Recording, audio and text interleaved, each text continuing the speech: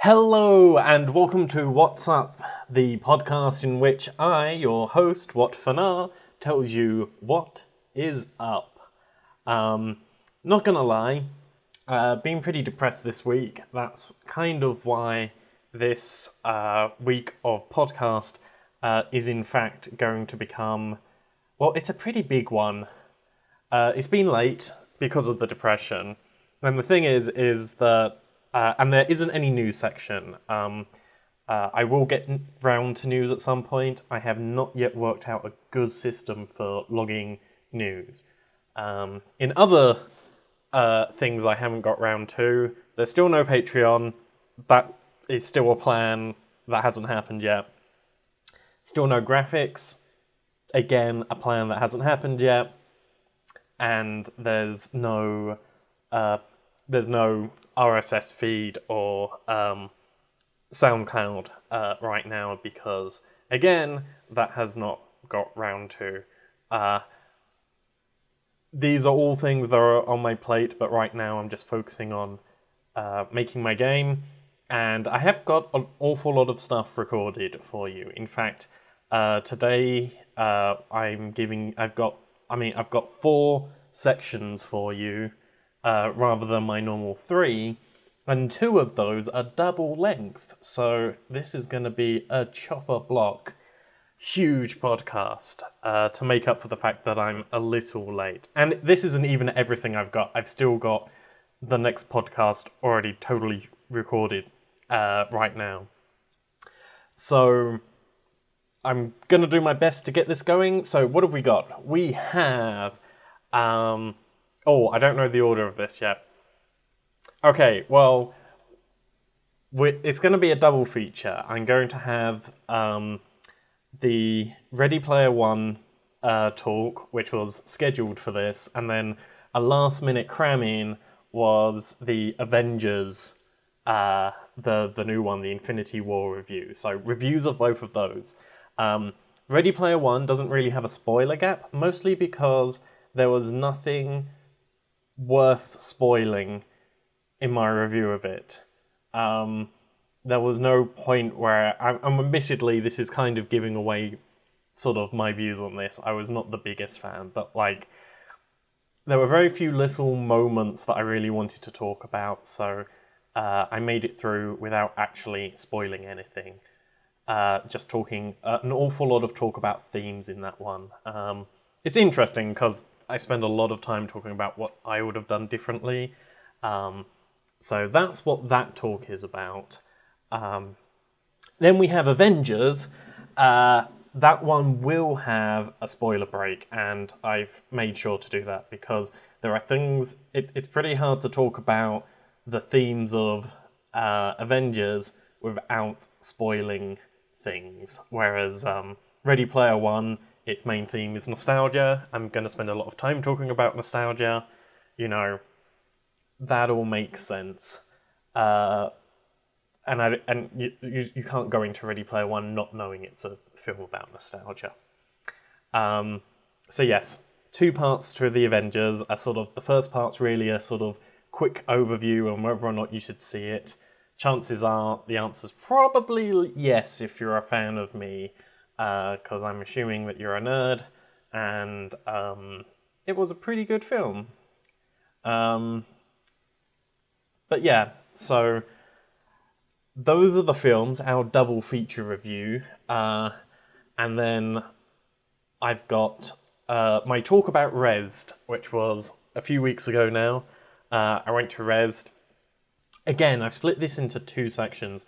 The first part is about my experience of Rezzed, what the con was actually like, and particularly because it's the first time I've seen some members of Nerd Cubed, it was a very interesting con for me, so that's why that's got its own section. And then there's a second half of that, which is just me talking about the games that I saw there. So that's what that section's about. And then probably our finale is going to be...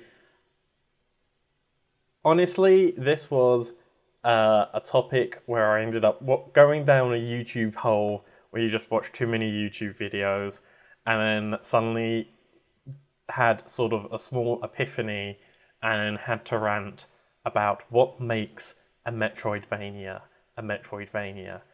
Um, Metroidvanias are a very dear topic to me. I have so many talks about them that I wish to do, but this was one that very much hit me in the moment and really made me rethink the genre. So yeah, that will probably be our finale. So let's get started. So next I'd like to talk about Rezzed. I split this up into two parts for those of you who like to skip parts. So at first I just want to talk about my experience with the convention, and then my second half is going to be the games.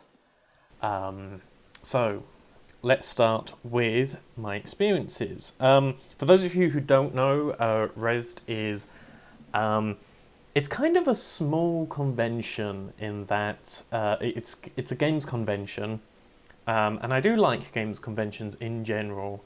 I struggle a little bit with like the film Comic Cons, and even though admittedly I have spent many years at YouTube events, I also find those I'm not sure how I would do on the other side of a YouTube convention. I spend a lot of time using those as networking events, as well as being able to meet you guys, which I appreciate. But turning up just to see someone for a very short period of time isn't really my thing. I'll get more into that some other time, but for me, gaming conventions are great. I've not actually been to a board games convention, but I'm totally ready to do that. And I think conventions which are more sort of geared towards unique items, so like going to like the toy fairs or Toy Con, are things that where you sort of get to see things that you wouldn't see before. So I think those are really good, and I think it's nice to go to a games convention because you get to play things that either you wouldn't be able to play before, or even if it's something that is already out, it sort of gives you that demo opportunity without actually having demos. I actually think that's something that is something that we actually need a lot more of, because we do play... When people get to play demos, they actually are less likely to buy your game because they've got a feel for the game on the demo. I'd like to see what the statistics are of people who play your games at cons and how that compares, but I get the feeling that it's probably better. I'd like to see some of those like gaming bars perhaps have a sort of indie arcade cabinet where they could have events where you'd sort of have mini cons just for sort of just as in sort of you'd have a few, maybe 3-4 PCs, and just get to try out a new game to try and tempt people over. It'd probably have to be something like the loading bar or one of those ideas. I'm getting very off topic. Point is, I like gaming conventions, and Rezzed is primarily aimed at independent games, which, considering I'm now starting to make independent games and am such a huge fan of indie games, this is for the last 3 or 4 years, I have not been looking forward to any of the AAA titles, or my expectation level has been low. Like, I think some of the biggest titles I've been excited for recently, I was slightly excited for Zero Dawn, but I still haven't picked that up because it hasn't dropped to a price that I actually want to pick it up yet. Mildly more excited for Injustice 2, but again, that's only just about starting to hit the price that I'd like to pay for it. And Final Fantasy 15, which I was kind of waiting for it to come out on PC and drop to a reasonable price. So yeah, the point is that there hasn't actually been a AAA game that I've cared enough to actually want to play it on and buy it on release. And there are actually multiples this year. So this is a rare case where I might actually have played the big games. But really, I love the independent game. I love the culture, and I love the originality, and particularly for a convention, when you're wandering around and there's just bits and pieces all over the place, it's really interesting. On top of that, a lot of the times you get to actually talk to the developers, because independent developers basically use these events. These events are not as strongly about press as much as they are about playtesting. A lot of these places really have the developers just watch you play the game so they can work out where people are getting stuck, what they like, what's turning them off. And so it means that you do afterwards get to talk to the devs firsthand and give your feedback, and sometimes they take it on and sometimes they don't. But I mean, that all just adds to sort of the spirit of the festival, of the convention. And Rezzed is one I've been to several years now. I enjoy it because it is, as I said, that part, which is the part that I normally enjoy the most. And yeah, so I went there this year. I had it was a very weird year for me. I've just been made redundant from Nerd Cubed, and although I have spoken to Matt, Dan, Tracy, Rebecca, and Steve throughout this period, I haven't actually got to meet any of them face to face, just because we're spread all over the country. And so this is actually the first time I got to see Tracy and the first time I got to see Matt. Since that had happened. So that put me in a very weird spot. On top of that, there was a second layer of weirdness in that I wasn't really sure where I stood. Like, part of me went to this convention on a press pass, because I actually bought the ticket, or got the ticket, when I still worked for Nerd Cubed as press, and yet now I'm kind of an independent developer, and sort of part of me is going around asking people whether or not I stand a hope in hell of getting a job and things like that, and having a look to see sort of and get some feedback as to how doomed I am should I decide to go down that path, and also trying to make a small number of connections. And find out, the indie community, as lots of people have said, is a very close, particularly in London, is a very close community, and being able to get involved with that community is definitely something that will only be useful moving forward, regardless of whether or not I go for the more indie side and an indie studio, or if I decide to work for a bigger studio. It would still be good to learn from others. So I learned a lot. I got into a lot of good conversations, both at the convention and at the industry party afterwards, which I've never been to before. But Matt told me about sort of last minute, and I just about managed to get into. And the industry party was probably what I sort of expected it to be. I'm not the best at parties. I sort of clung on to people I knew, so a few YouTubers who I've met at sort of Summer in the City and things like that, who are also on the gaming side. I sort of bumped into and had a nice chat with, and Matt as well, and we sort of all had that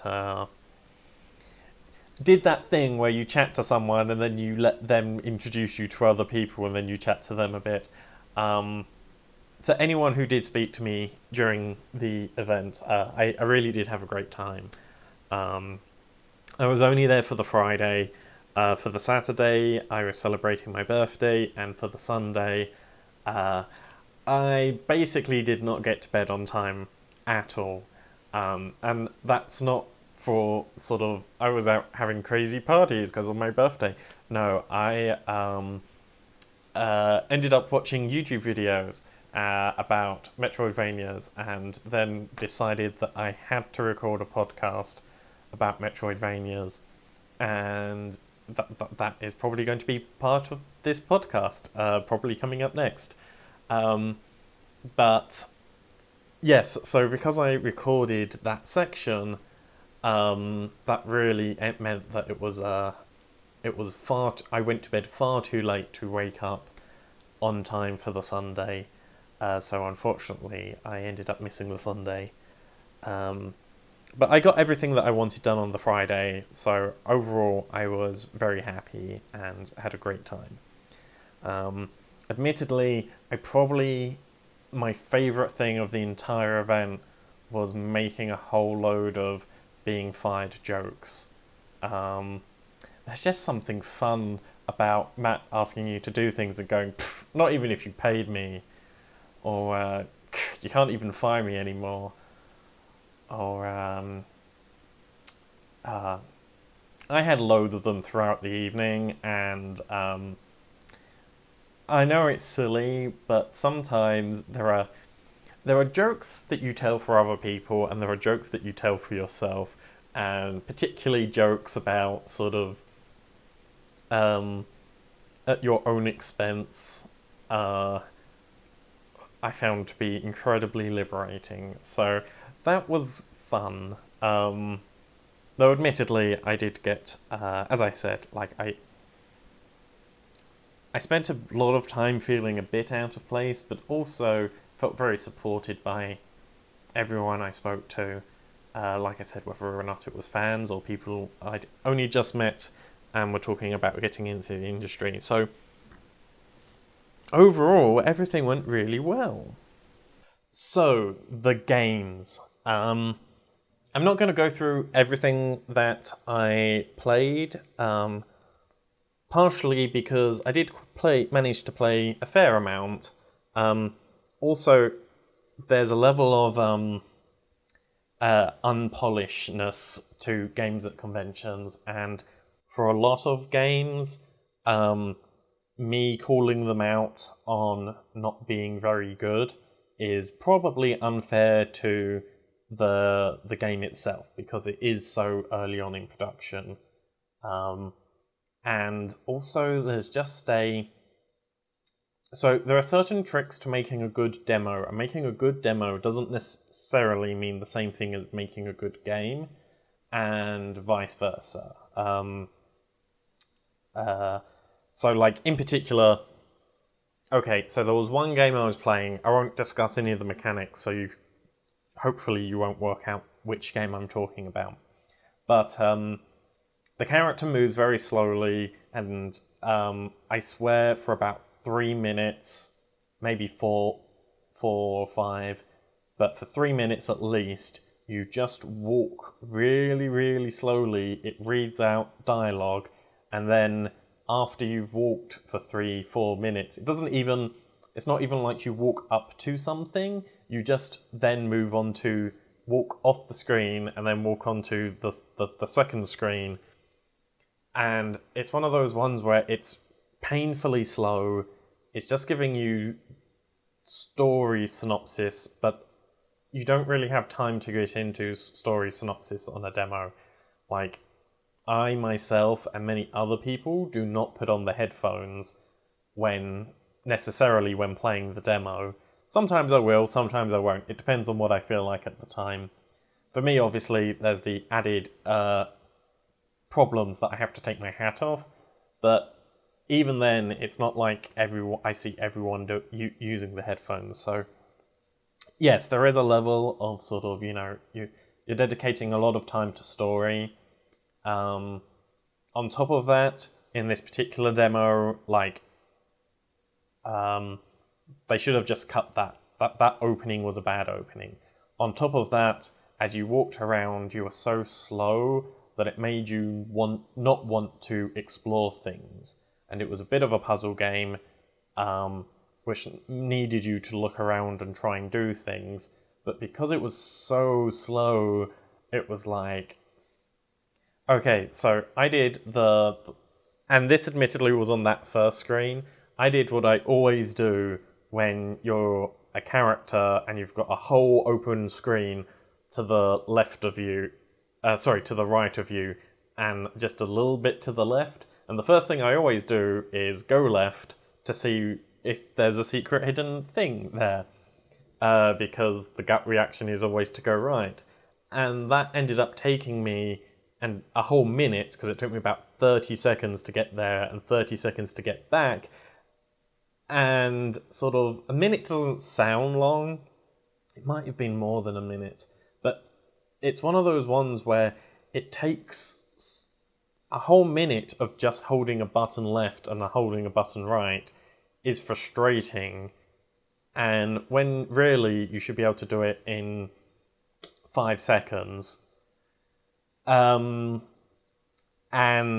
suddenly you don't want to play that game. You don't want to go exploring, and that is an important part of that sort of experience. And it's one of those things where small improvements to speed can make a huge difference. And I am sure that they got that feedback a lot. So I'm not going to tell you which game it is, because that's a game where being a little bit faster is something they can fix fairly easily. It's not like, oh, this is a broken game mechanic and there's no way they can possibly fix it. No, it's just a speed thing, and them taking time to have a long introduction is something that when I play a game, I'm fine with. I'm fine with 4 minutes of exposition as a introduction to a game. But 4 minutes of introduction when I'm just starting a game is not what you want at all. You want to just get in there and play very quickly. So, yes, there are an awful lot of games which either didn't make good demo... yes. There are a lot of games who either didn't make a good demo, had silly things in there that they can fix, a whole load of games that just aren't for me, and so it's pointless me sort of saying, oh, this was this or the other.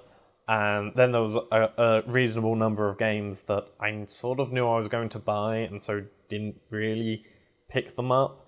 And on top of that, there is just the games that don't make, like, point-and-click adventures. There was a whole load of point-and-click adventure games. I enjoy point-and-click adventure games. They're useless at conventions, sort of, because really to get into a point-and-click adventure game takes you at least half an hour to an hour. And when there's only one games console and there's a queue, and it's like, do I really want to wait?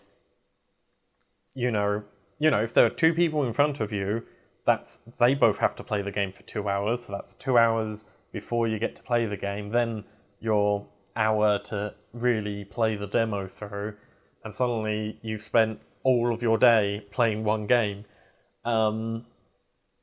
So I think those are really hard ones too, and not really built for the system. So there are an awful lot of games that I'm interested in, but were sort of like, that's just not for me. So that's why I'm not covering everything. So what am I going to cover? You know what? I'm gonna redo things. So there was a game called...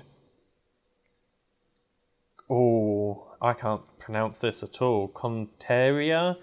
Admittedly, it was a Russian company. All the programmers were Russian. Conia. Also, it's the secondary title is The Realm of the 3 Zs.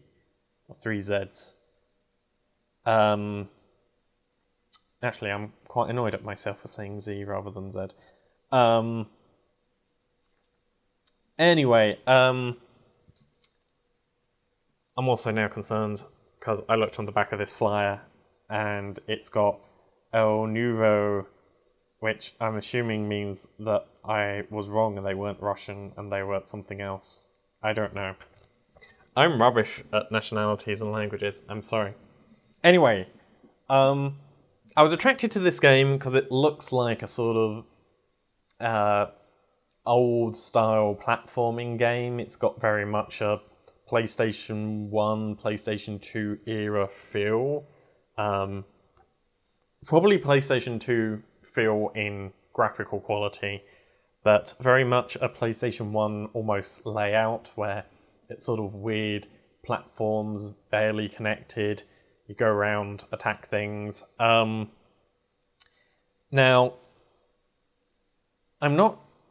I think this game had a really great idea. In fact, it had a few great ideas.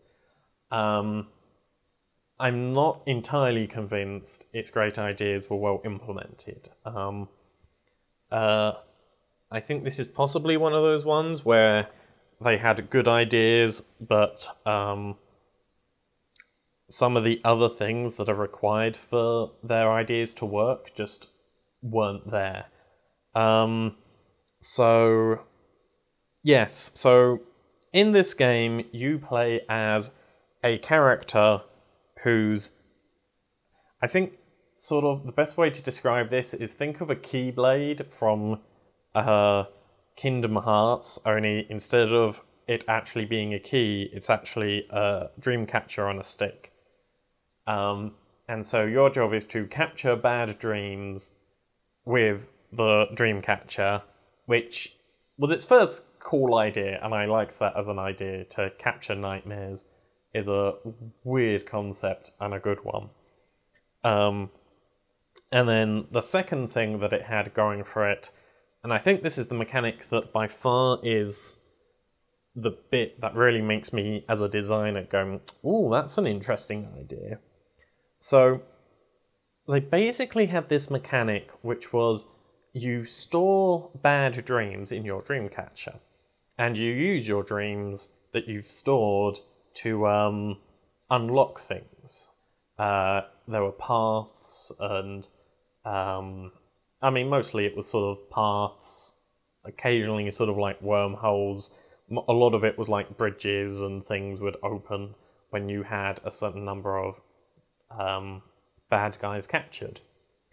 And so that by itself is not a new mechanic. We've all seen that sort of, you have to kill a certain number of enemies to go somewhere.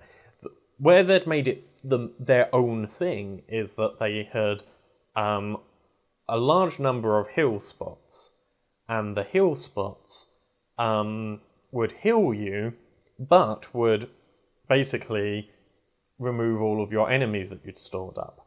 So there was this kind of risk-reward structure built into it, where it was like,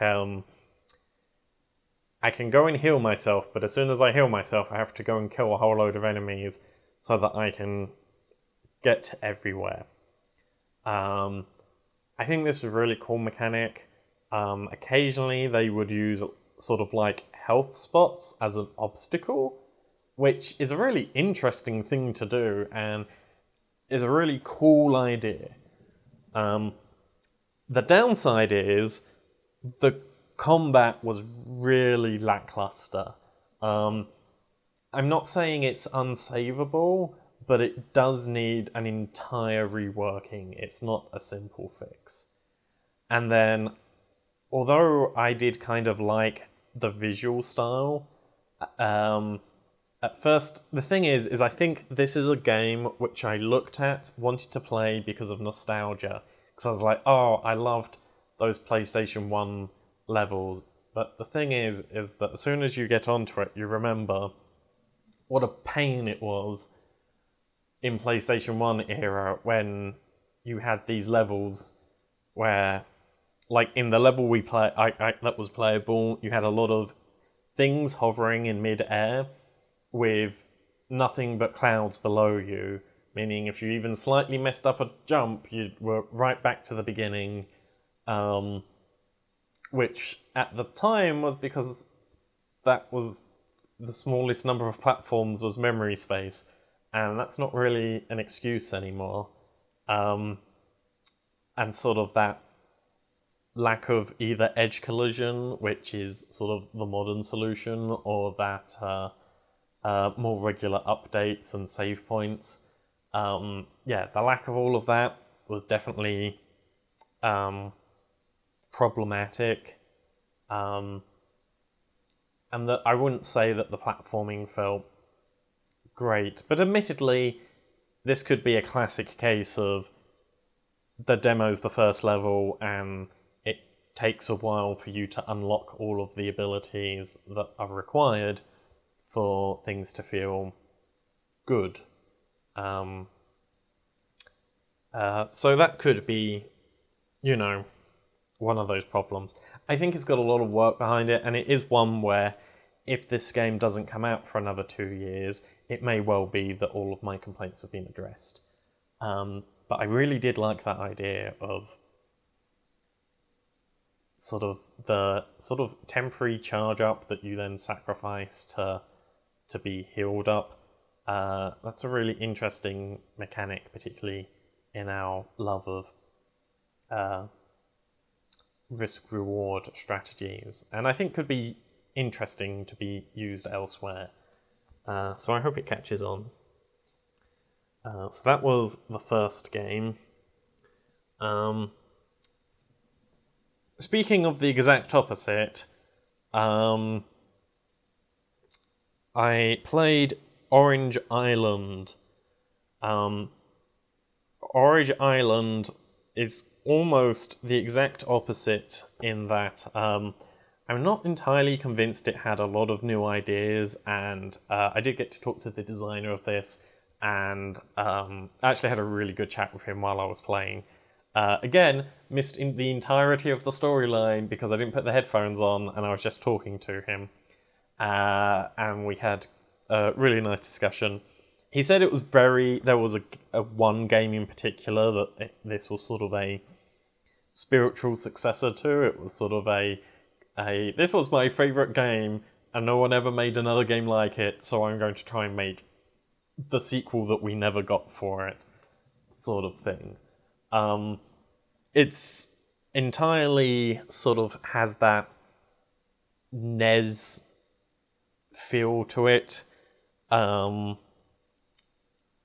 just trying to work out whether or not I really do mean NES or if I mean SNES. It's probably that early SNES. Early Mega Drive. It's got just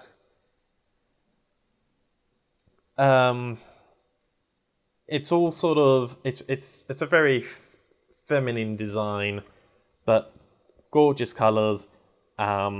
It's an old school platformer, but one of its big thing is it's got a whole load of characters to play as.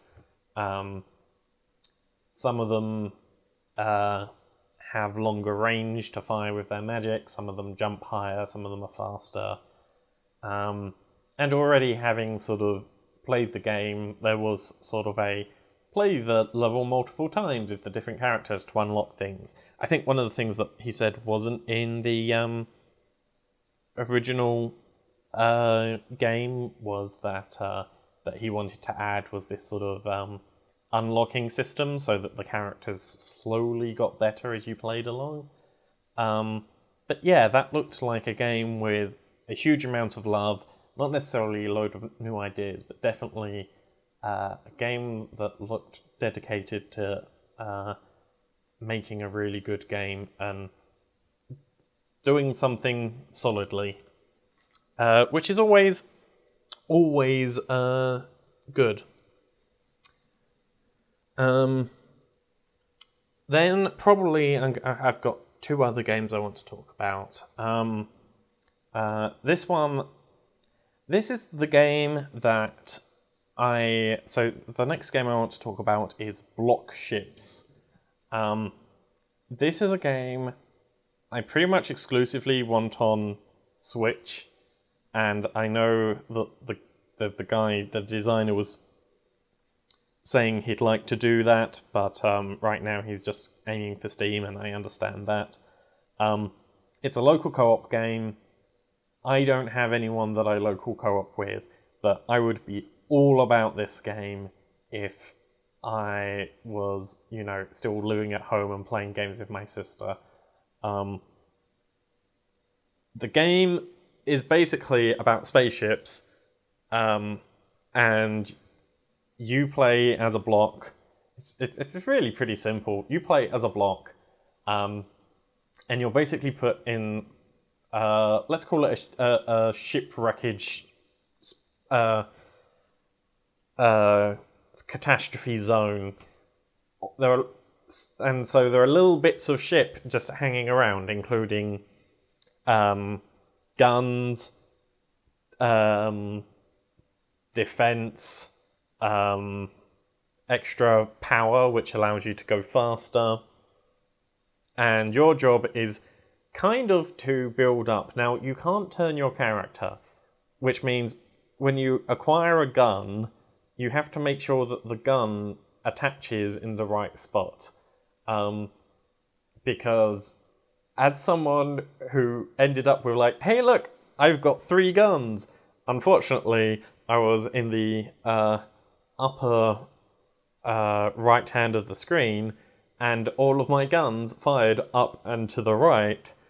And so what I needed to do was unplug them and reconnect them when they spun around. Instead, what I tried to do was go to the left so that I could shoot people. Only I wasn't fast enough. They wiped the floor with me every time. It's just a nice, interesting game because you get to build something. You get to build up this weird thing, and half of the game is kind of a race for resources, and half of the game is kind of a try and take the other person out before they're ready. And because it's that sort of mad, frantic, I need to grab stuff. This is the sort of game that so when I was at school, I used to sort of play video games with some of my friends. We were crammed into... Basically, it was a storage closet and got converted into this sort of math suite.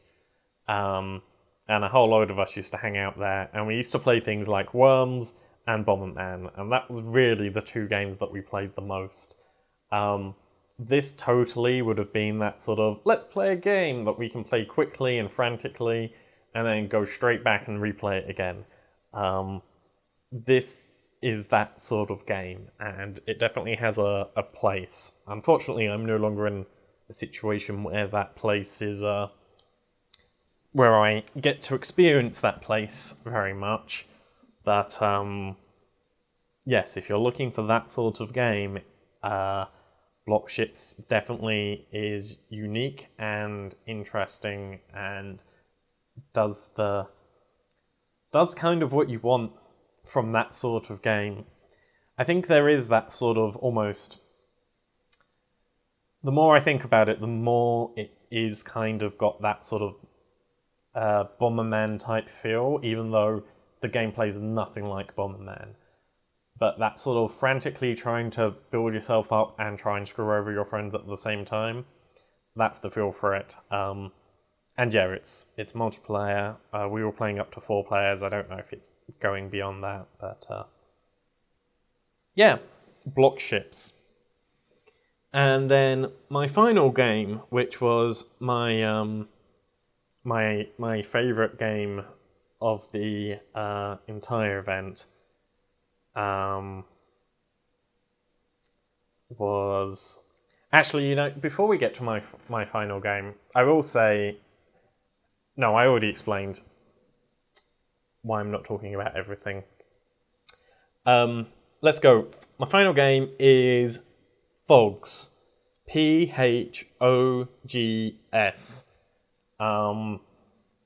It is essentially... There was an old game I love called Nobby Nobby Boy, and if you ever get into an argument about someone about whether or not games are art, give them Nobby Nobby Boy.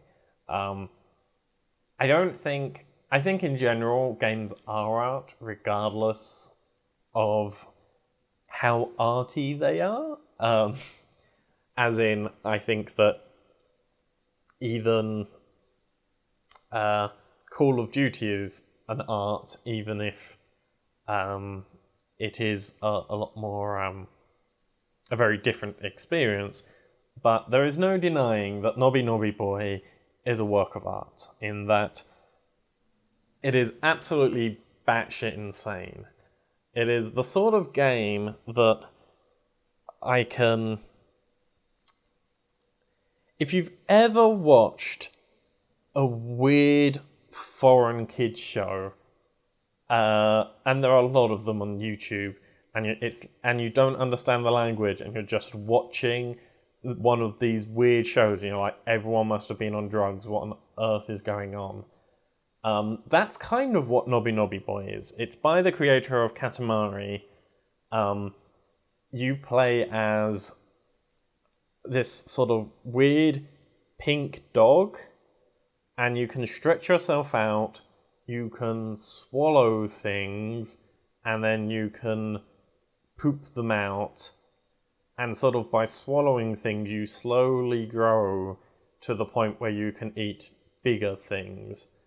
Also, how much you can eat is dependent on your stretch size, and your stretch size also gets uploaded to a giant version of Nobby Nobby Boy, and that distance goes around the entire solar system and was sort of a global unlock. You unlocked planets as that growth went up. Really, there isn't a point to the game. Like, in some ways, just stretching a lot is really a success to the game. And I suppose you could say that growing so that you could eat more is a game, but you don't get any points for eating anything. You don't get any points for stretching. Like, that was a global thing. If you buy Nobby Nobby Boy right now, you've already unlocked all of the planets because it was a global thing. So unless you're in that sort of competitive to be the longest stretch, which I did do for a while. I was number 1 ranked for a very short while, but that was because they put a whole load of... It was the first time they put a whole load of multipliers on, and it became really easy to hit the number 1 slot, and Dan was like, hey look, I'm number 1! So I had to beat him. One of the few times I have done that, because it was a silly way to beat Dan, or normally when it depends on the skill, I do not even attempt it. But the point was, it was a weird game. It was sort of... I'm not sure if it was procedurally generated, but there was just random stuff. Nobby Nobby Boy really was a... Like, you'd turn up and... Oh yeah, and like, when you walked around, when you were stretched out, things would suddenly start riding you.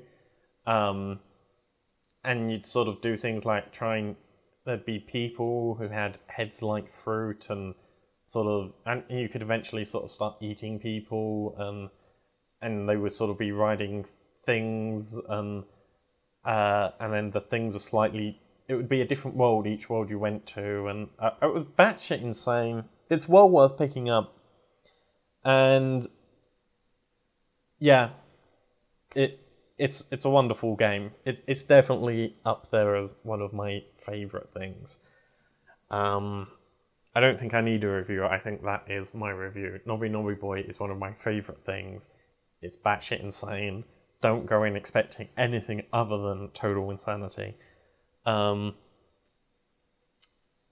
Fogs is very similar in that... So one of the big things in Nobby Nobby Boy is that you control the front of the body and the back of the body separately, and that's why you can stretch out and stretch around things. Fogs has the same thing. It doesn't let you go quite as much in the stretchiness. The stretchiness is a little bit more limited, and sort of after you've stretched, you pull back a lot more. Whereas with Nobby Nobby Boy, you really could just get unmanageably crazy. But a reason for that is that Nobby Nobby Boy was all about the craziness. Fogs, rather than having a front and a back, just has two heads on either side of a sausage. That's probably the best way to describe it. And the big difference between Fogs is that Fogs is kind of designed to do exactly the same thing as Nobby Nobby Boy, but whereas Nobby Nobby Boy was unadulterated stupidity. Not really stupidity, I take that back. It was unadulterated craziness. It's the sort of thing where you felt like someone was on drugs when they designed it. And is just, as I said, unabashedly sort of art. Sort of, this is weird and I don't know what I'm doing and no one knows what they're doing, and that's sort of what makes the game. Fogs has focus. Fogs has levels, and you need to get the acorn or the fruit thing. It's not an acorn because it doesn't come from a tree. You need to get the fruit thing into the giant dinosaur's mouth, and once you've got that into the giant dinosaur's mouth, he'll then swallow you and spit you out somewhere else. That's what you need to do. How you do that is much more puzzly, whether it's sort of pushing buttons to open things, trying to get through areas with high wind, and by sort of swinging around sort of like monkey bars and things. So it's got a lot more level design to it. There's also effort put into sort of... This still has weird, right? Okay, so I think the moment that most sold me on this was there's a moment where you have to grow a fruit to feed to the giant dinosaur, as I said. And the way that you do this is there is water. There's a little water spout coming out of a wall, nowhere near the fruit, so you need to get it there. And you're like, how do I get it there? And seeing as you don't really have very many controls, you sort of bite onto it with one mouth, and then the water comes out the other mouth. It goes all the way through him. I don't want to give spoilers, but there were other things where it was like, you bite onto one end, and then the thing comes out of the other end. It was wonderfully stupid and light-hearted, and it's pretty kid-friendly. It's got co-op mode if you want to play it as two players, and each person plays as the opposite side of each other's head, which I think is definitely fun. I'm going to be playing it solo because that's who I am, but I can definitely see sort of this being good for friends and family.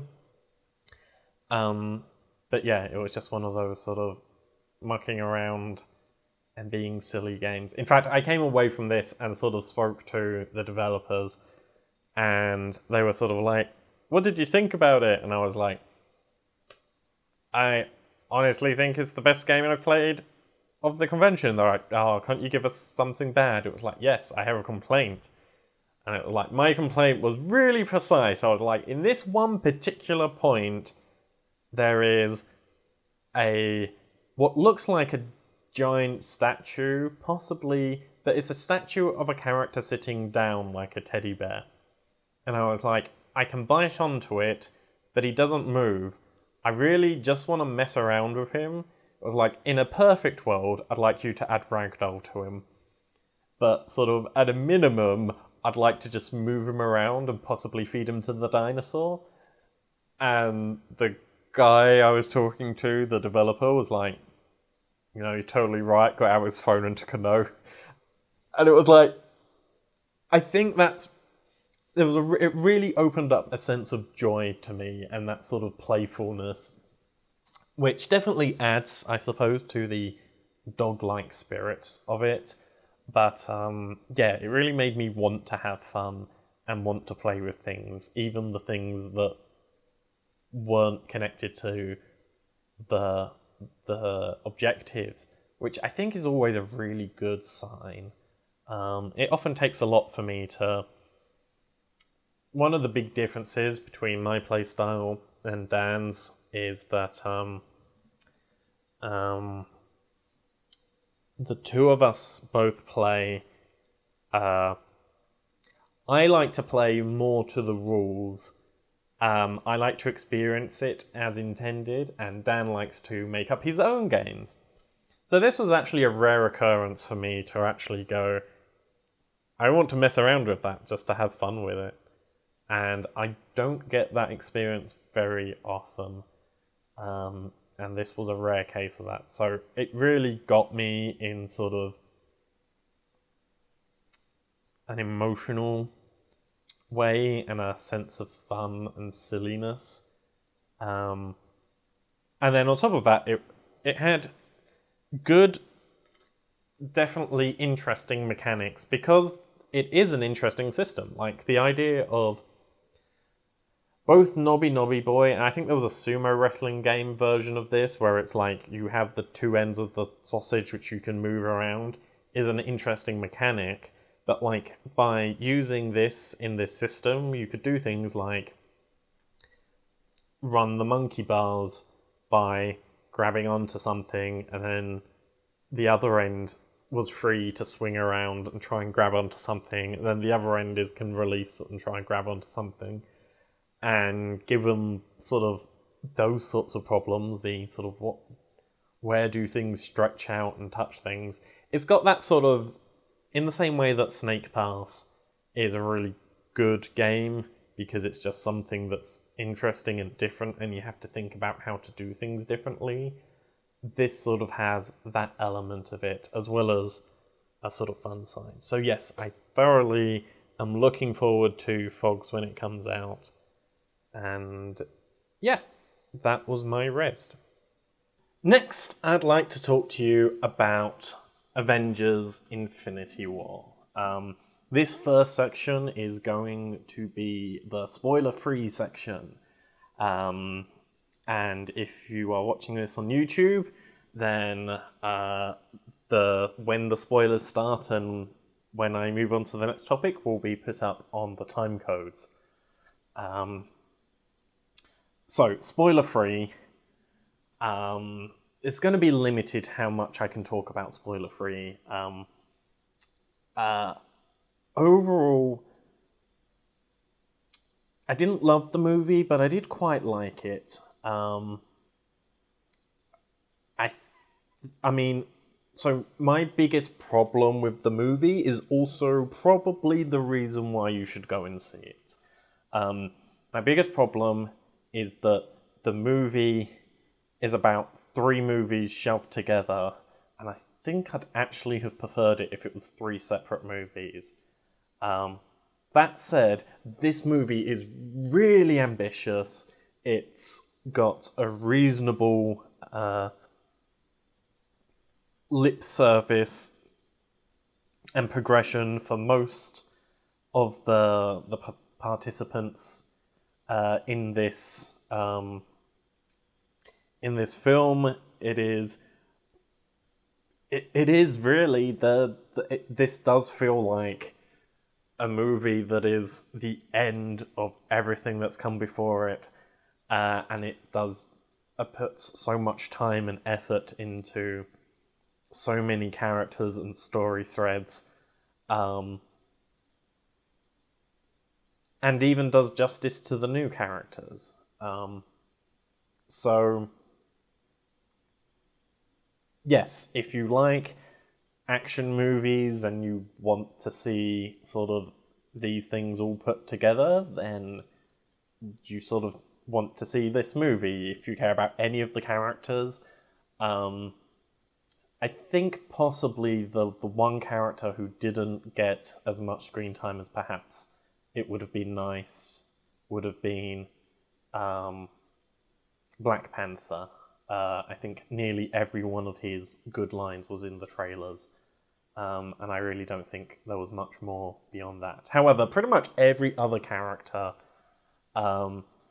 got enough, if not more, footage than I thought they would. So, if you're a fan of any of these film series, that this is going to be important, and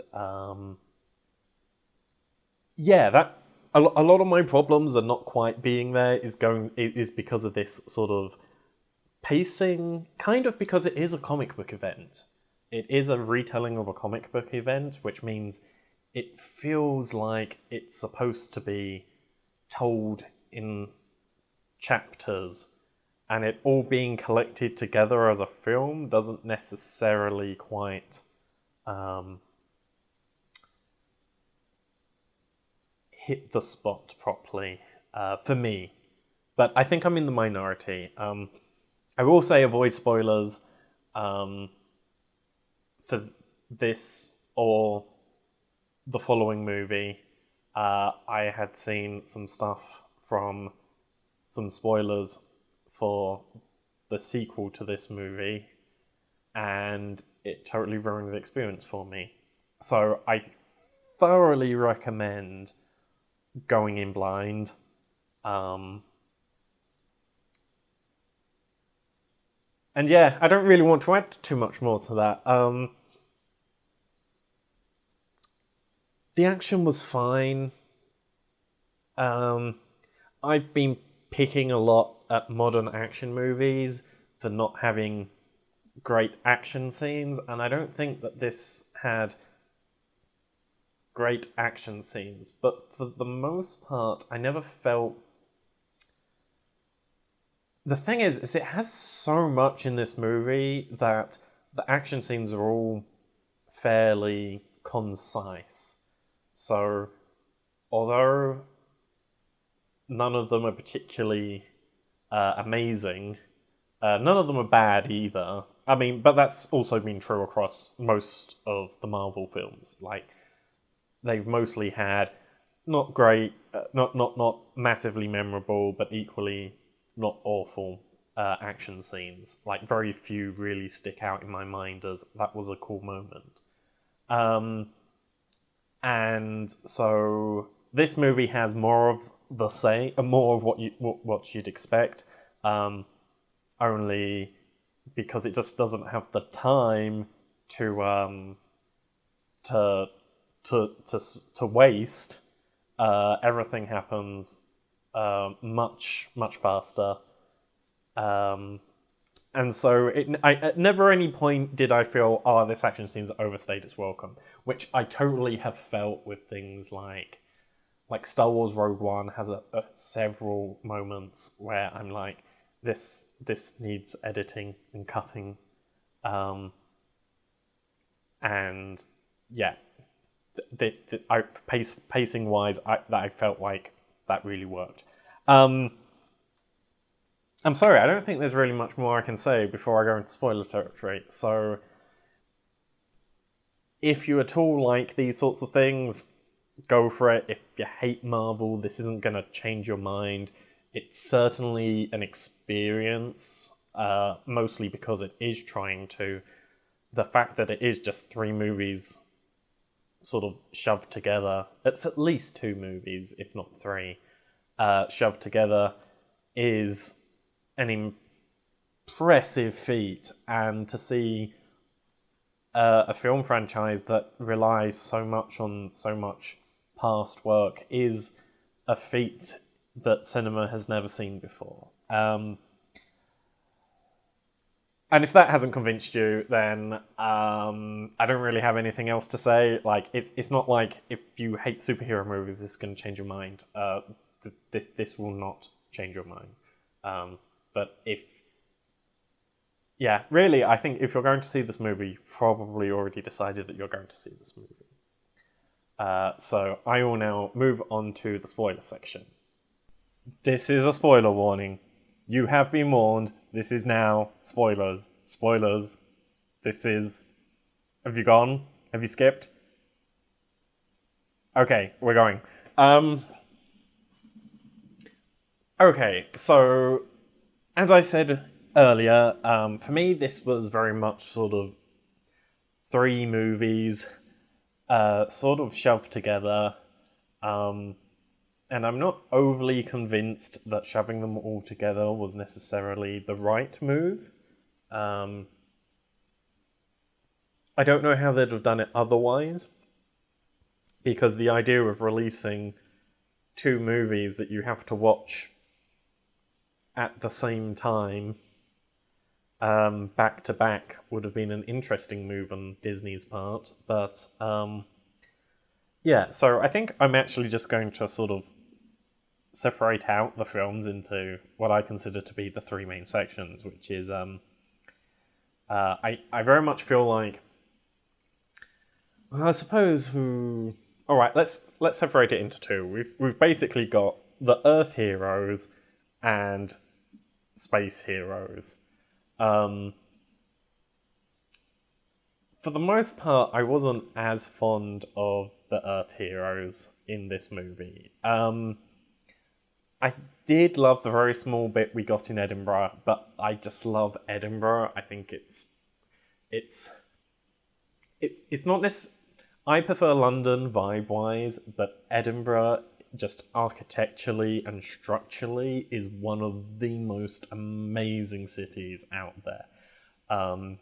And was overjoyed to see a small little section. It's strangely, I feel more nostalgic having superheroes fight in Edinburgh than superheroes fighting in London. But yeah, so that was definitely a small high point for me. I sort of liked bits and pieces of what they were doing, and I think that there wasn't anything wrong with the Earth heroes. There's nothing I'm going to particularly complain about.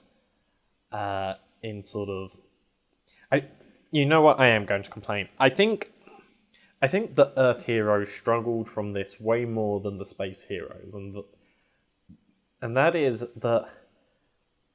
Okay, so one of my big problems with crossover events is that power values are not equal, and despite having started off the film with "look how powerful all of these people are," I still found it weird that we would suddenly have people who, strong characters like the Vision couldn't attack or was not doing very much, and then suddenly Black Widow could pick up and was as strong as these characters, and there was a little bit of a balancing problem there. And like, I don't think Captain America is actually that strong. So, I mean, he's strong, but I don't think he's on Thanos' level. For the most part, I kind of did like. I suppose it all worked. I was kind of, I think, hoping that. No, you know what? I'm going to leave that till later in the review. Yeah, I feel like that whole set of story was a world.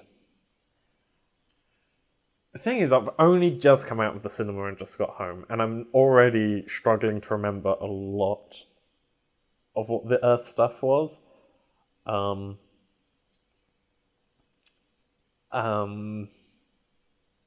Yeah, because there were bits and sort of gluing things back together again. Yeah, for me, this was very much the second half of Guardians of the Galaxy 1. And for me, that's what this movie was, way more than anything else. And although it might not necessarily completely have the tone of Guardians of the Galaxy, my big problem with Guardians of the Galaxy 1 was that it just didn't. It was a MacGuffin hunt, and no one really went anywhere or did anything. Really all they did was come together, but there wasn't really anything beyond them coming together. That was it, right? there wasn't any sort of there wasn't really very much growth, and the reason there wasn't very much growth was because half of the characters have this really strong connection with Thanos, and no one really has a strong connection to this sort of Power Stone, and so no one has any growth because all of the characters who have clear goals, their clear goals are to do with Thanos, and he's not in the movie. This felt like we finally got some of the conclusion to what was being set up in that first Guardians movie. Way more so than other characters. To the point that I feel like I did feel cheated with Guardians of the Galaxy 1, and this was what it was missing. This was what completes it. Whereas, although this continues the story of some of the other characters, I really don't... I feel like Spider-Man was totally fine without having had this section. This section was nice for Spider-Man, but it wasn't sort of... didn't feel like it was missing from his story or anything. Admittedly, I think the Guardians do get a lot of time, but that's also because they split off into two groups, which then makes them even more powerful. I mean, arguably, they split off into three groups eventually, because Gamora goes off and hangs out with Thanos. And I think that's the other thing. Like, for me, Thanos is a Guardians of the Galaxy character. I have no idea where he whose villain he's supposed to be in the comics. I think it is the Avengers. But because all of the Guardians of the Galaxy have a stronger personal connection to him, that for me was very much where... Yeah, so Thanos himself, and because he spends so little time on Earth himself, he only sends out his minions, he felt like a Guardians of the Galaxy character. So really we had Thanos as Guardians of the Galaxy, Guardians of the Galaxy members going off with Thor, and it's not that Thor wasn't the star of that section, it was more that it felt stronger to Guardians of the Galaxy in scale. Because Thor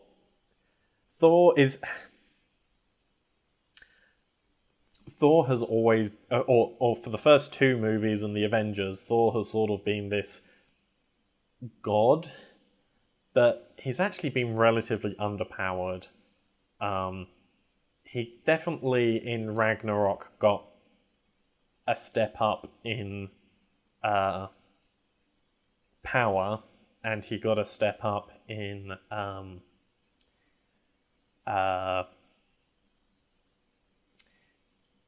he got a step up in power, and he got a step up in being sort of more cosmic and more self-aware, and I certainly think a lot went well in Ragnarok in making him a better character. When he is in this movie, I think he definitely picks up from there.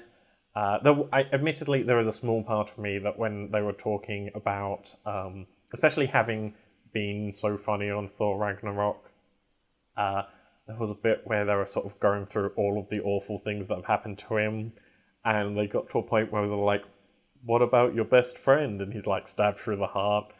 And part of me was really wanted him to go, I thought we covered this. My hammer got destroyed by my sister.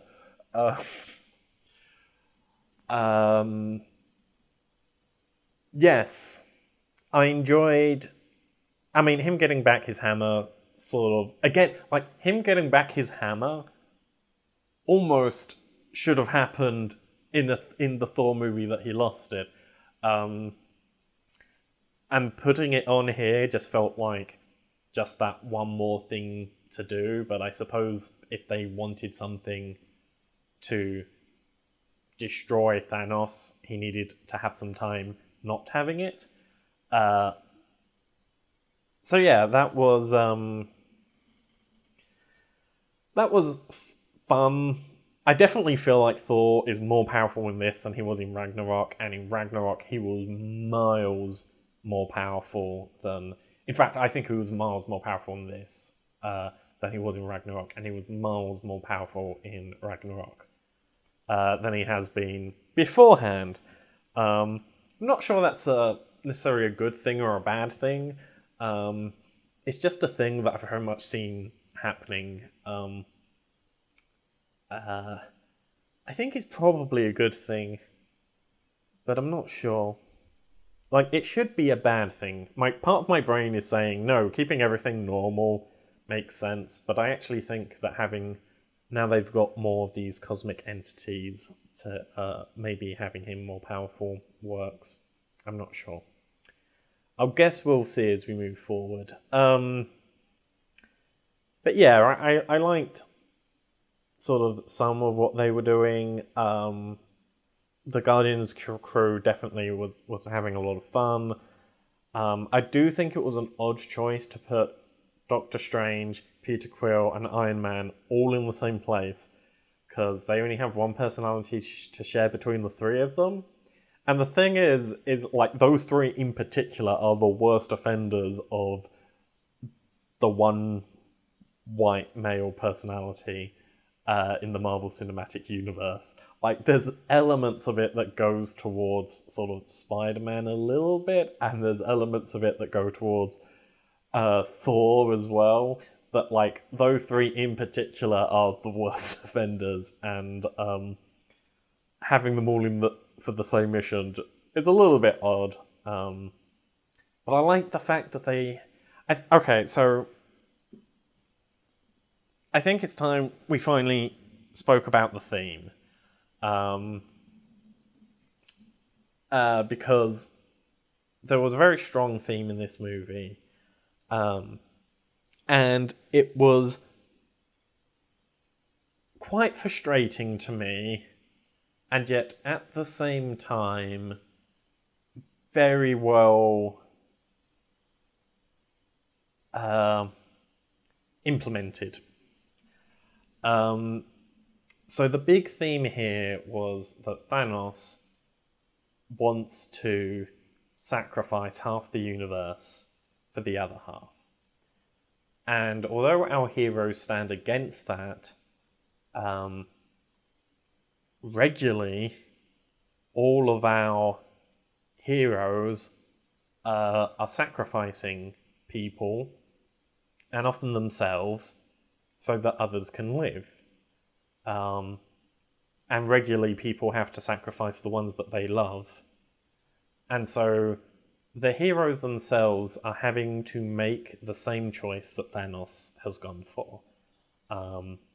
And they do an amazing job of making Thanos into an interesting character.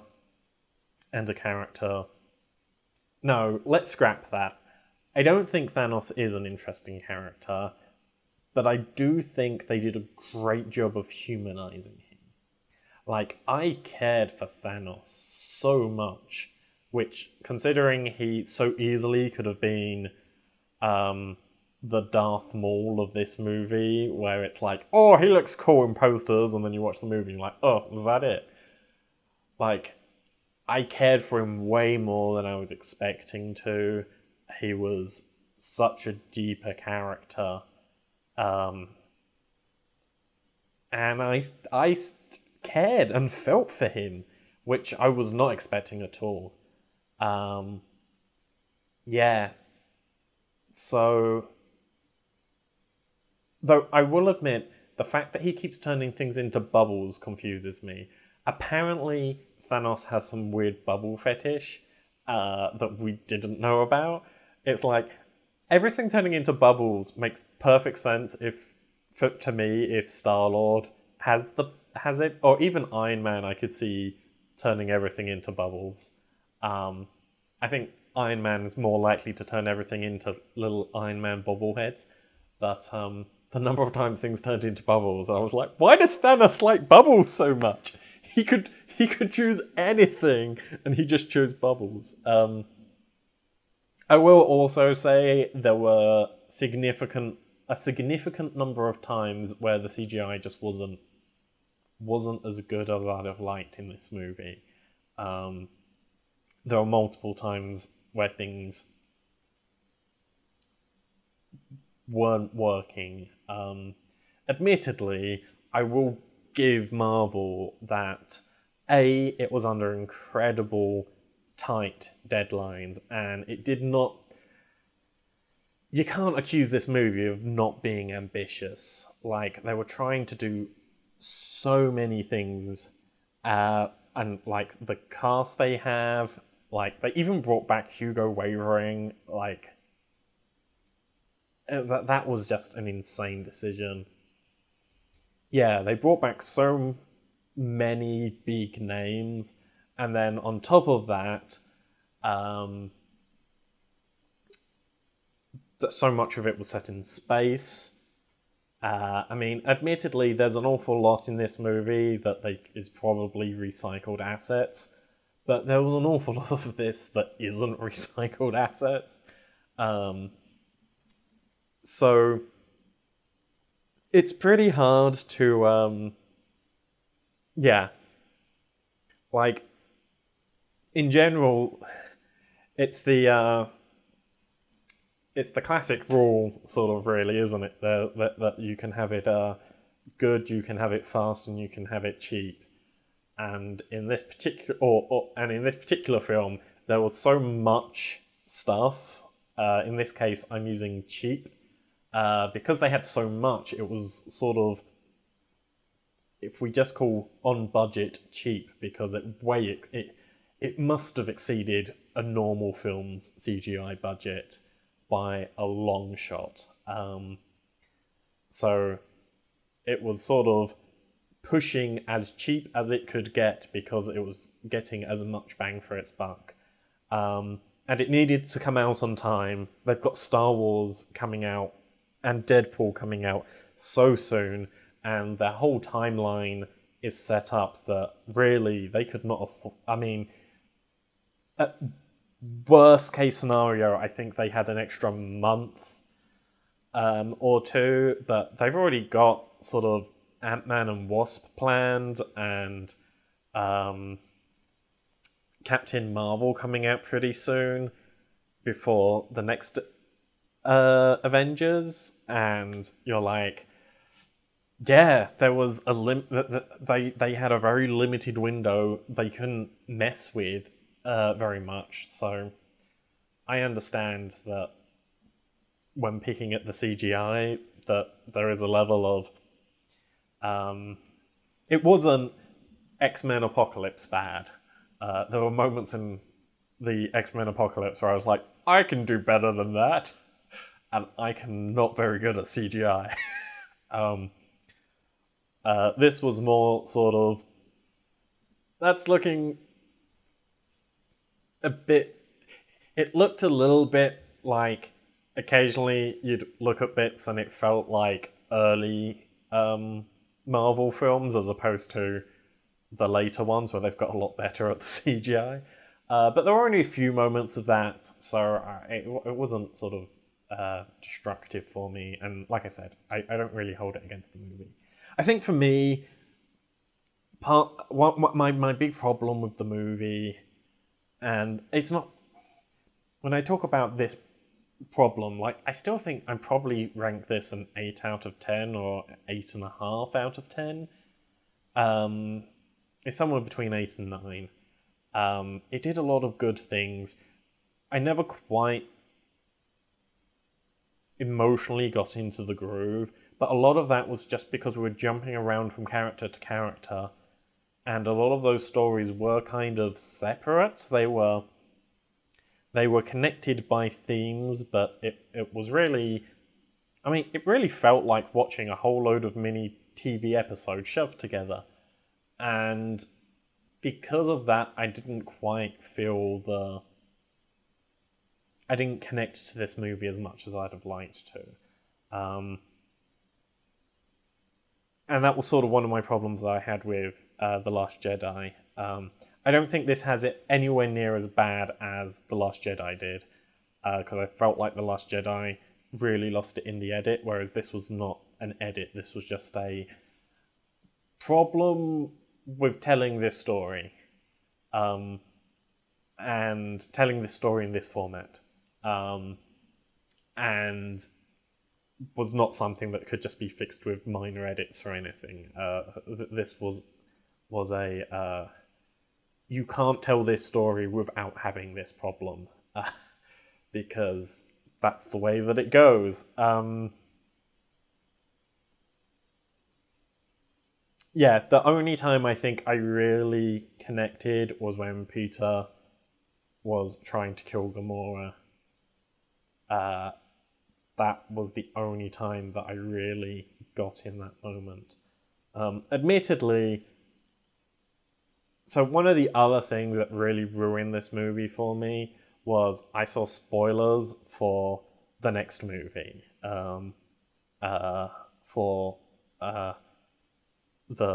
this really is a two-part movie as far as I'm concerned. This is very much Empire Strikes Back to a Return of the Jedi.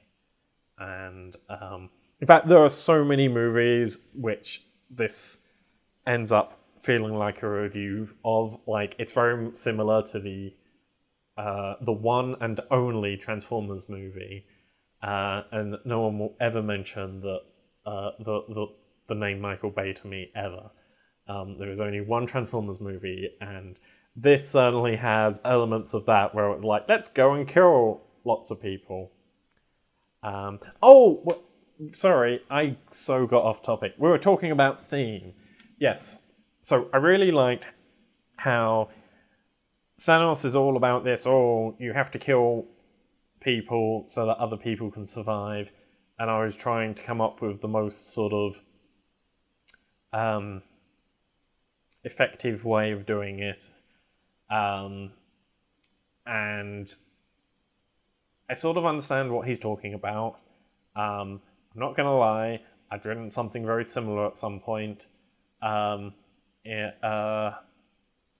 However, I feel like circumstances are important when it comes to this, and more importantly, it's not just circumstances, it's circumstances. So, here's the thing. Killing off half of the galaxy does not solve the problem of overpopulation in the galaxy.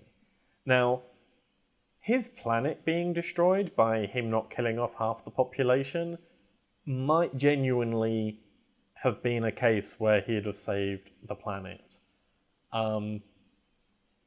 But I feel like the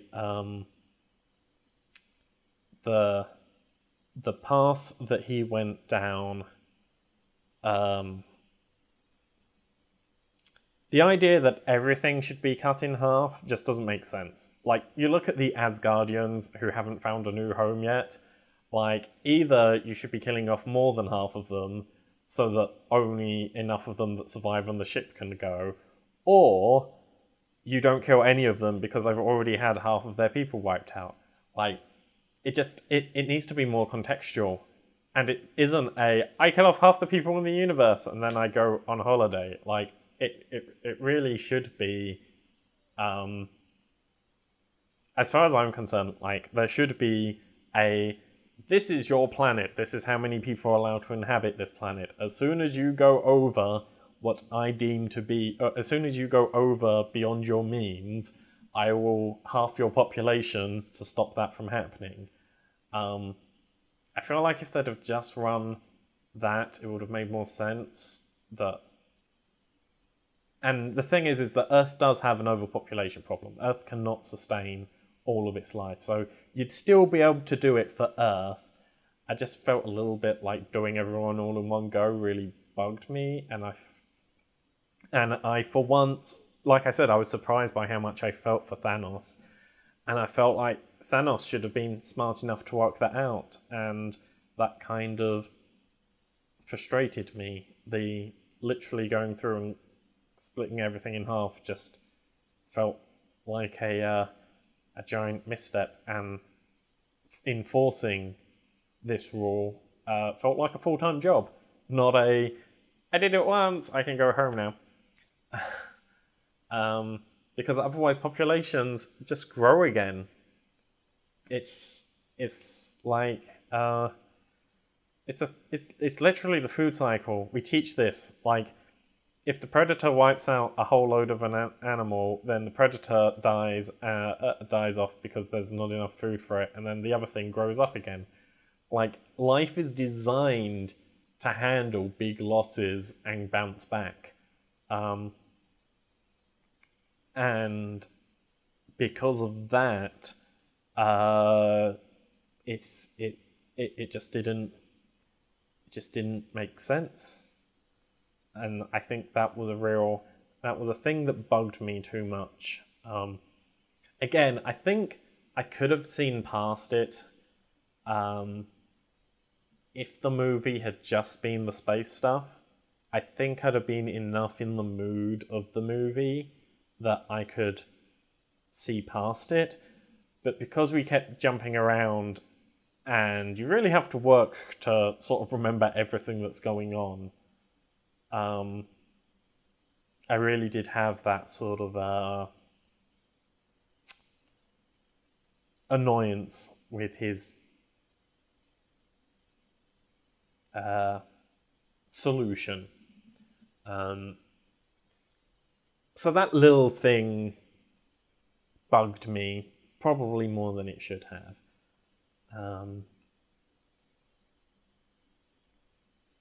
Yeah, I'm still trying to come up with how much I liked or didn't like this movie. I don't think I liked it as much as I probably should have. I think because it didn't have a very strong through line. In fact, the person with the strongest through line is Thanos, which is an interesting solution to the problem. But because we spend it's not entirely Thanos' film. So much of it is like I said, it's so much the Guardians of the Galaxy stuff that when you look at I think that's because so much of the Earth stuff was fighting proxies, and it just didn't quite work the same way.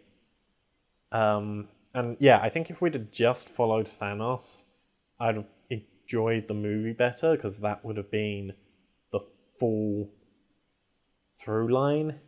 And you could keep Thor in, because he was very much Thor's mission was about making a Thanos killer and following Thanos' shadow and places where Thanos had already been. Whereas the sort of fight for the mind gem just didn't quite feel connected to me.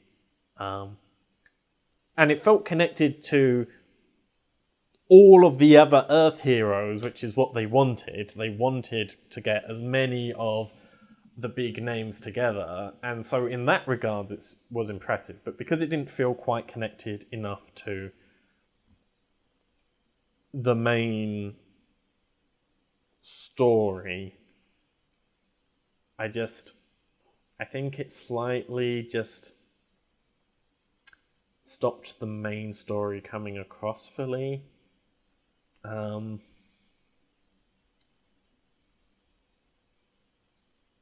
And then there's the part of me that feels like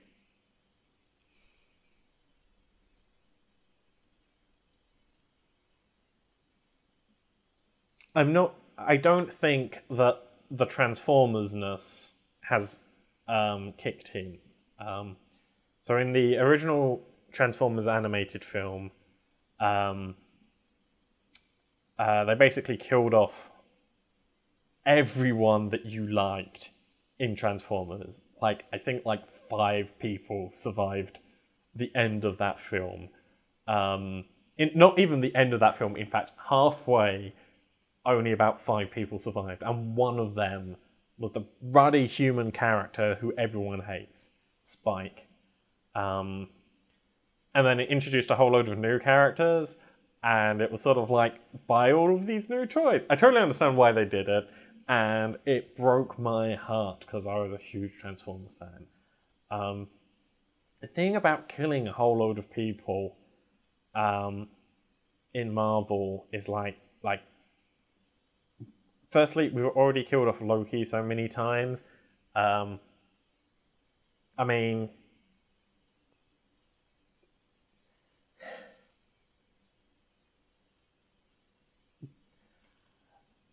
I don't want to say too much, but like, if you think about it logically, we know there are still going to be Marvel movies.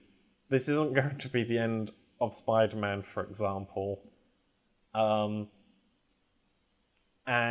we have a giant MacGuffin that can change the shape of the universe. And once you start saying, I've got a thing that can do whatever the hell I want, suddenly you question whether or not any of the deaths in this movie actually matter. And because of that, and that knowledge, that was a significant part of why this movie didn't do what I wanted it to do. Sorry, a significant reason as to why this movie didn't have the impact on me that it would have on other people, I think, is because of that knowledge that an Infinity Gauntlet means that anyone who died in this movie is not necessarily dead. And like, even after, like, there's a time gem, like, part of me was almost sold on the twist I was really hoping was going to happen was that Thanos was going to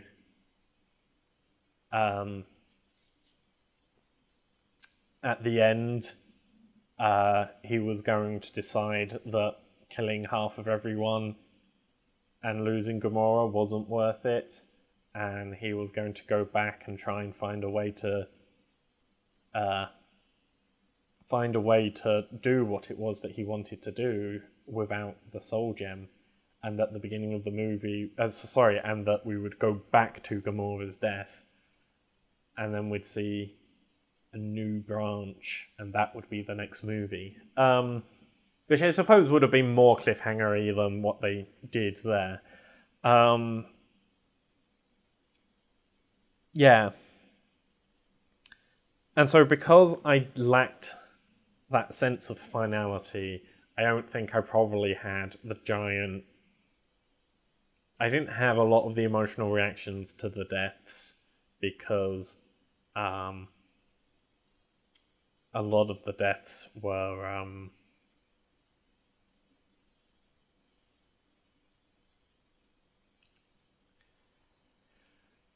either I don't think were final, and again, this is why I think that Peter killing Gamora affected me so much more than anything else, because it really was someone killing someone they loved, and we know sort of their relationship, and like, the thing is like, Gamora saying that she loved him, he worked so hard to get to that point that, yeah, that's why I think that one hit me a little bit harder than some of the other self-sacrifices. But I did like what they were doing. Yeah, I think that for me, one of the spoilers was a disbelief that any of this was permanent. And I feel like that is as much as needs to be said. Yeah. So, that's kind of my review. Like, I'd be interested coming back to this movie. I think this movie will have a much stronger effect on the people who see it now in the cinema than people who go and see this movie when it's in a long line of movies, because I think we won't necessarily know what the real fallout of this movie is. There's a thing that me and Dan regularly talk about, particularly with Doctor Who, in that killing off one person is more important than killing off 1,000,000 people. And in fact, killing off a character that you care about is really important. Killing off 10 people is, I've killed a lot of people. But the difference between killing off 10 people and 1,000,000,000 people is just that one takes longer to say. Emotionally, we have no way to connect with 1,000,000,000 people. In fact, unless we've spent time with the 10 people, we have no way to emotionally connect with them. And unless you can emotionally connect with your with the people that you're saving, it's really hard to care. But on top of that, like, if I'm writing a Doctor Who script, okay, and I'm going to wipe out all life on Earth, you know the Doctor's going to win. You know the Doctor's going to win because there'd be no more series if I succeeded and wiped out all life on Earth. Whereas, if you just kill off the Doctor's assistant, that happens. That does happen. And so, killing off characters is a real option. And like, particularly when you look at the people who do disappear at the end, you sort of know that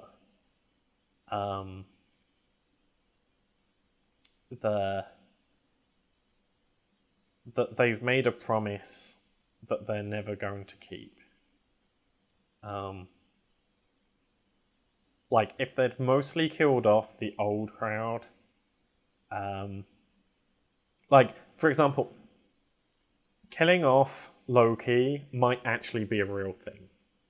And I say that because I can totally see Tom Hiddleston not wanting to come back. Like, he's already done way more movies than I think he ever planned to, and I can see him saying, I'm fed up.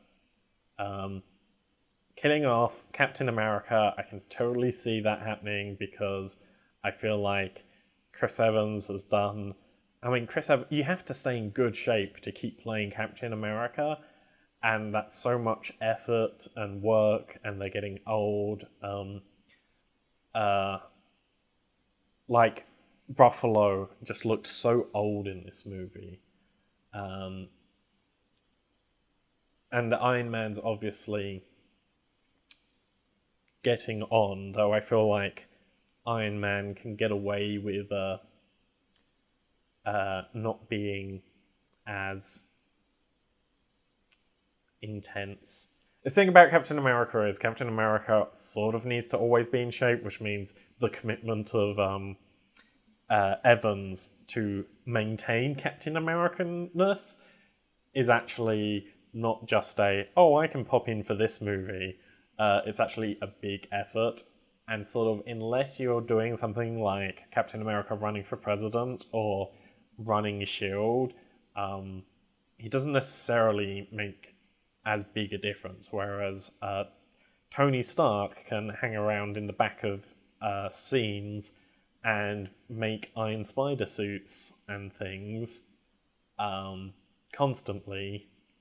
But he can do that for everyone. He can be like, oh, I'm a nerd, I'll make stuff for you. And sort of be mission control without actually having to go down and do things. And even when he does have to go down and do things, he's in an Iron Man suit, which is all CGI. The only bit he actually needs to do is the sort of heads-up display piece. So I feel like the ability to keep Robert Downey Jr. on indefinitely is a lot higher than the other actors. I'm not sure when it comes to Thor. I get the feeling that Thor wants to stick around a bit. Oh, I don't think Thor died, though. I can't remember. Yeah. I mean, it's possible that, like, a lot of the extended Captain America crew who ended up disappearing might have disappeared, but particularly when it's sort of Doctor Strange and Spider-Man, and you're like, not convinced that, oh, and all of Guardians of the Galaxy. I think maybe Rocket survived. Pretty much all of Guardians of the Galaxy. And yeah, you very much look at that and go, you know what? I don't think that happened. I don't think you're going to commit to that. And so because of that, and I think I had too much of that knowledge going into the film, that all of these finalities were not finalities, they were question marks as to whether or not they were real or not. And I think that knowledge very much stopped me from being able to commit to this. Because yes, I think that people in the future, you know, are going to know whether or not we've got an extra Spider-Man movie coming out, which I'm pretty confident there is. And they're going to know who has extra movies.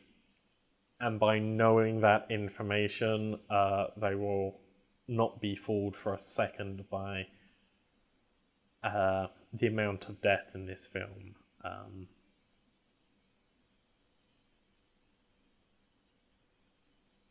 So yeah, I think there's a little bit of a false finale to this, just from a merchandise standpoint. Significantly on the fact that they left a lot of the old guard around rather than a lot of the new guard. If they'd have killed off more of the old guard and left more of the new guard around, I might be more believing that they were carrying on. But yeah, I think that's part of me didn't say goodbye to most of these characters because I'm not convinced they're gone. And I think that a lot of the movie went into that. And the fact that those emotional blows didn't land for me for the most part is probably the reason why I didn't emotionally connect with the movie as a whole. Because that did make up a huge part of this movie. And those big sections, if those blows are hitting badly, along with the fact that we keep jumping around, it just didn't hit the right note for me. That said, I think I just want to re-establish what I said at the beginning. This is a really impressive movie. It is the first of its kind, trying to tell this broader story with so many moving parts and expecting you to know so much backstory going into a film, and so many shout-outs, and everything was just amazing. Hats off to Marvel. I think it's going to be hard for me to separate this from, like I said, for me it's like Empire Strikes Back, and I consider Empire Strikes Back and Return of the Jedi to be two movies that I never watch one without watching the other, and I consider it to be one experience, and I feel having to wait between the two is unfair. And I don't know if I ever did. I may possibly have waited between the two for a short period, but it all feels like one thing to me. Whereas the other side of things, yeah, and yeah, it did a great job of Thanos. It did a much better job at everything that it set out to do than I really thought it was going to. I was kind of slightly excited for this movie, and it definitely exceeded my expectations. It did a much better job at everything than I thought it was. With the exception being Black Panther. I felt like it didn't do very much Wakanda stuff, but on the other hand, that made sense because they didn't know that Black Panther was going to be as successful as Black Panther was. So yeah. Next, I'd like to talk about Ready Player One. At the time of recording this, I am actually fresh back from the cinema, having just watched Ready Player One. And, well, I'll start off with... You know what? I don't actually think there's going to be any spoilers in this review. There are a lot of issues I had with this film, but none of them I think really explore the actual film that was there. In fact, one of my big problems with this film was that I came out of it with about 3 or 4 ways to fix it. None of these were minor fixes. Some of them were minor-ish, some of them were pretty major. But an awful lot of them were just starting from scratch. So I don't think I'm going to do too much nitpicking on this. The overall plot is fine.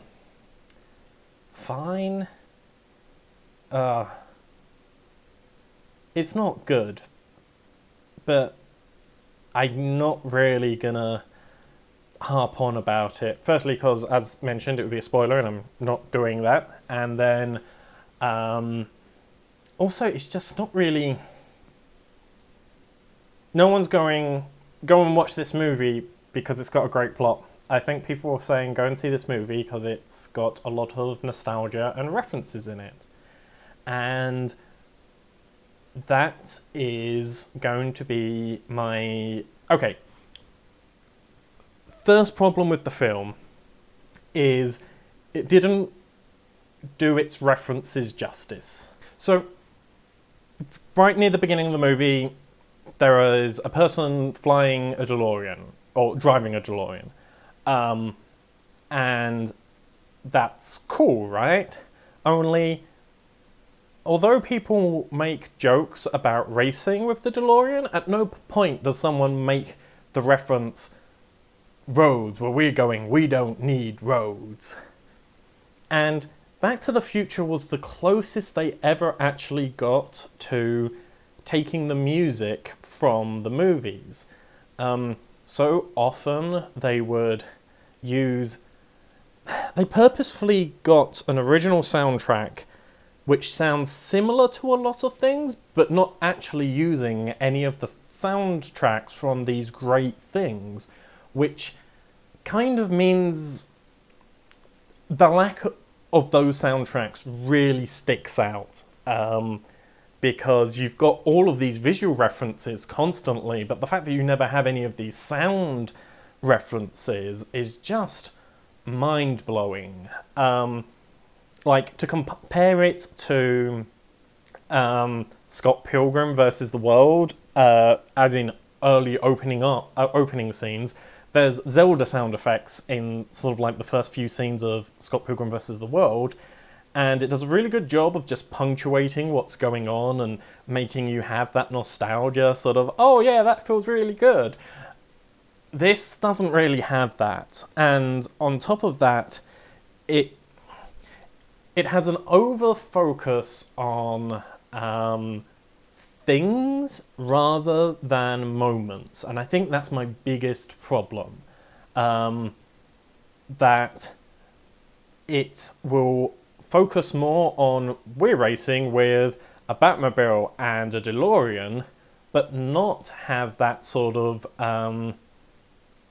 not have like someone is suddenly going to paint a black hole on a wall and then go through the wall like in Wacky Races with Dick Dastardly sort of thing. And there were too many sort of, hey look, we're just going to have a person who looks like this, or we're going to have a tool that looks like this, or okay, something that's very early foreshadowed. The person's buying weapons and he buys a holy hand grenade. I don't feel like it's a spoiler to tell you at some point they use the holy hand grenade, but when they use it, they just throw it. No one counts down. No one asks what number should I count to before throwing the hand grenade. It doesn't only activate when you get to 3. There were no actual references to the holy hand grenade other than the fact that the holy hand grenade was in it. There are even worse places where there are things that make sense that suddenly disappear. Okay, I won't give you the example. So if you've seen the movie, this will make sense. But for those of you who haven't seen the movie, a thing that is not in the movie is... so a Gundam character is in the movie. And that particular model that they have... as someone who is a new Gundam fan, I can tell you, in the middle of the Gundam is a special fighter, and one of the big gimmicks of the toy and the original series was that Gundam splits in into 3 pieces. Basically, it separates at the waist, and there's what's known as the core fighter. Basically, works as a sort of little escape pod. It's actually a giant problem with Gundam kits, because that was their first Gundam that they ever made. They keep remaking it, and they constantly have the problem that if they put this sort of little escape pod into the chest has no body articulation. And Gundam models are some of the best articulated models out there, and most articulated toys out there. And they can't have ab crunches on their core, on their first model, because it sort of just locks everything because you've got this thing inside it. It's sort of like a little Russian doll with mechs. So I'm just saying there is a point when someone's in a Gundam, and if the Gundam had done that, it would have made an awful lot of sense. But it didn't. And that happens so much throughout this movie that it really fell flat. It felt very much like hey... Yeah, that was the thing. It didn't feel like someone who loved all of these things. It felt so much more like someone who had wanted to make a big action movie but didn't have the money to make all of their own skins, and so instead just used Gary's mod and used all of these other characters without actually knowing who all of these characters were. And I feel like that was a huge part of what went into the movie. And there were a lot of visual references to things, but not a lot of understanding of what those things are, not a lot of understanding of what those things do. The lack of music was a huge part, and the lack of moments was also a significant flaw in that. So, at one point, someone is saved by a truck driving up and the person introducing themselves. And rather than sort of, I'm here to rescue you, like, if you rescue someone and you're in a thing filled with references, it's like, hi, my name's Luke Skywalker and I'm here to rescue you, or come with me if you want to live, or countless other great nerdy references for when you save people. And those are all just sort of, and none of those are in this. Like, Back to the Future proved how you can make a movie that is entirely references and still have heart. Because Back to the Future 1 is a giant reference to Back to the Future 1 because they played the whole movie twice. And the second time they're referencing the first half of the movie. And then the second movie is full of references to the first movie. And then the third movie has loads of references to the other two movies.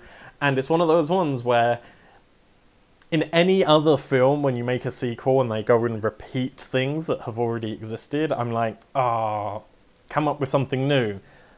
But there is a joy to walking into a situation and then going, oh, this is the bit where person is on said mobile device while holding onto the back of a car and driving around and trying to get around them. That happens in Back to the Future, every film, and it will happen if they ever make another one, it should happen again, and it will work because that's what Back to the Future is about. It's about those sorts of echoes and repeats. And none of that was in this film. There weren't those echoes, either forced or faked. And even more than that, like, there are very few visual references. I'll give you a great example. In Quest for the Game Child, Ashens' movie, which I believe is free on YouTube and well worth watching, they do a moment where Ashens has to take an object and replace it with another. And he does an amazing job of recreating the opening to Raiders of the Lost Ark. And it's all done with camera angles and the shots and the tone and the performance, and it's very much a sort of, I'm going to recreate this moment. I can't remember if he was wearing a leather coat and a hat. He may have been. But even if he wasn't, he definitely wasn't fully up in Indiana Jones gear. He might have been partially up, I can't remember, it's been a while since I've seen it. But the point is that you can get the feeling of a piece through shots. And none of that was in here. There was no, let's suddenly pose in a certain way, or let's suddenly do something. It was just, it didn't, the thing is that the number one reason for going to see this movie is that it has an awful lot of nerdy references. The thing is it doesn't actually honour any of those references. You don't go out and going, oh, that was fun, if only to have this stuff happen. Like, go back to the race scene. Very few vehicles in the race scene actually do anything cool. They all pretty much just race. You don't suddenly have cars using special powers depending on who they are. So you don't even have sort of that mixed universe, wouldn't it be cool if the Batmobile was racing James Bond's Aston Martin versus a flying DeLorean, because the DeLorean doesn't fly. And I didn't see the Batmobile use any gadgets. And that as a whole was just one of those, therefore it didn't really feel like those things. And this is one of those films where it's like, sometimes when you have films with a lot of love for the source material, you just want to go through and watch like background details. And so, and when you have those films and you want to go back and watch all of those little things going on in the background. And this, at first, you think this is that sort of movie. And then you realise that although if you pause this, you will see a whole load of background characters you didn't notice the first time. None of them are doing anything other than just being there. At least I don't think there is. And the reason I don't think there is because the stuff that they did have and put focus on, none of that did what it was supposed to do, which means my belief that something in the background would happen is just not there. I'll be honest, I haven't gone through it, but I'm fairly confident that Wreck-It Ralph has moments in the background of shots, and Wreck-It Ralph is a perfect example of this, because Wreck-It Ralph has a lot of love for its source material, and all of those little references to things made a lot of sense. And because of those little references, and it wasn't just people are there, it was love and care to things, meant that there was a love to that nostalgia that it brought me. And this didn't have that. It just had those things. And therefore, I know that if I went through Wreck-It Ralph, there would be things in the background where characters did things, whether it was sort of like Pac-Man eating a ghost or something. Those are the sort of things I expect to see in the background of a Wreck-It Ralph without that being the focus. Whereas I'm convinced that no matter how much I slow down the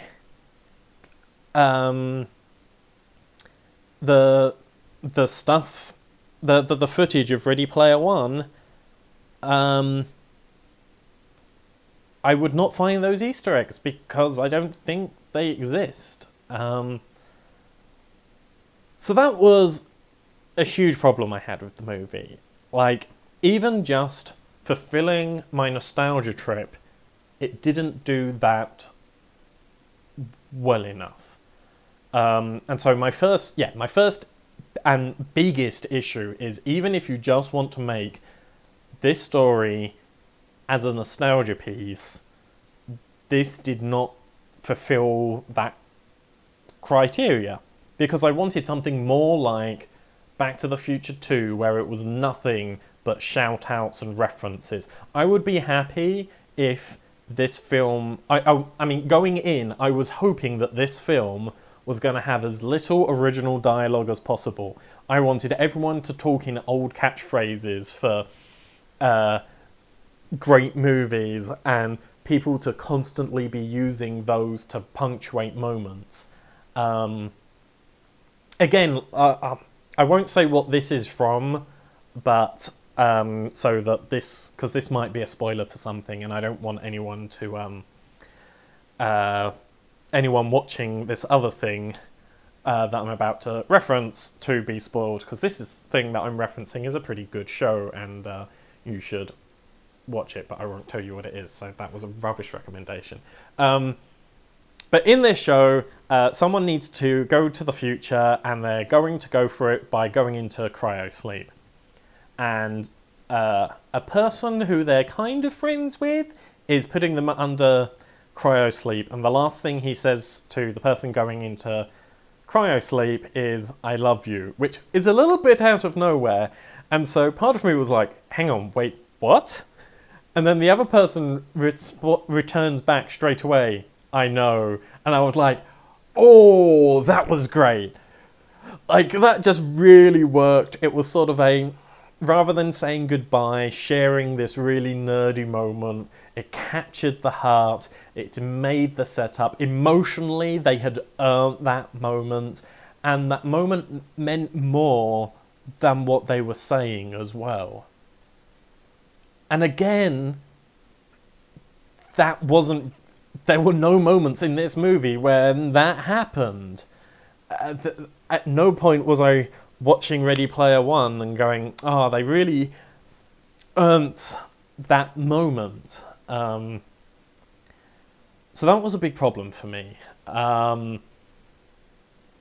Yeah, I'm not going to go too much into the actual plot. I don't feel like there's much spoilers because it's all pretty predictable, but I think if I'd have enjoyed it as a overly referential fun thing, the fact it was slow and predictable wouldn't have mattered. In fact, my main problem was that when it was predictable, I'd have rather it was referential to things, right? I want... I... Much... Okay, I know I don't like that The Force Awakens is basically A New Hope, okay? I don't like it. I don't find it like homaging because I feel like Star Wars is supposed to be fresh and new, and I find all of those sort of nods overly frustrating. I feel like this was a movie where had gone in going, everything's going to be a reference. And it didn't have all of those references. And those can all really work. See, even more examples are coming into my head now that I'm talking about places where this is right. Spaced occasionally got it really right.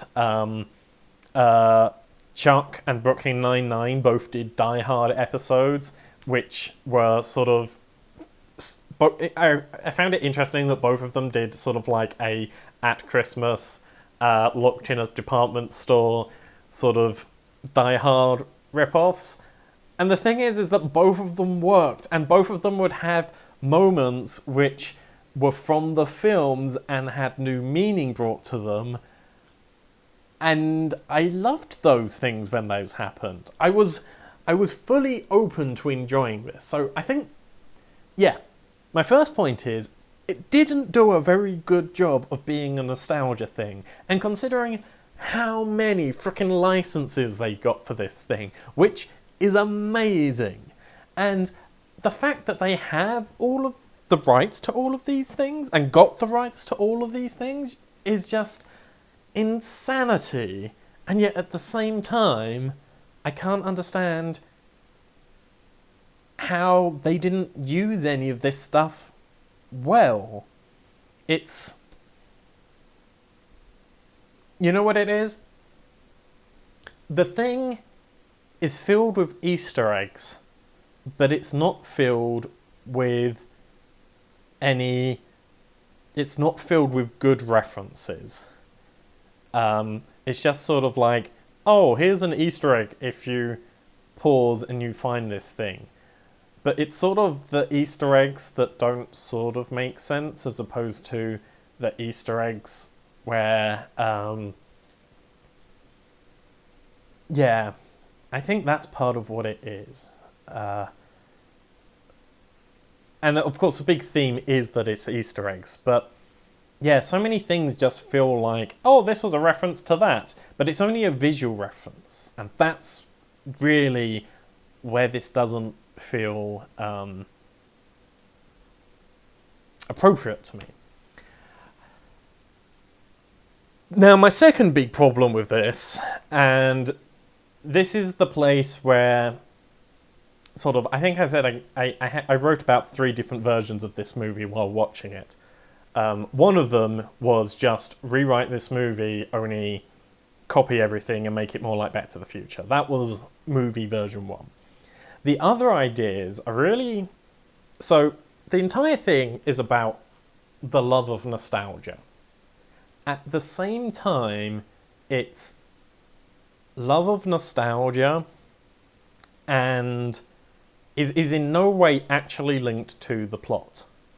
The plot has...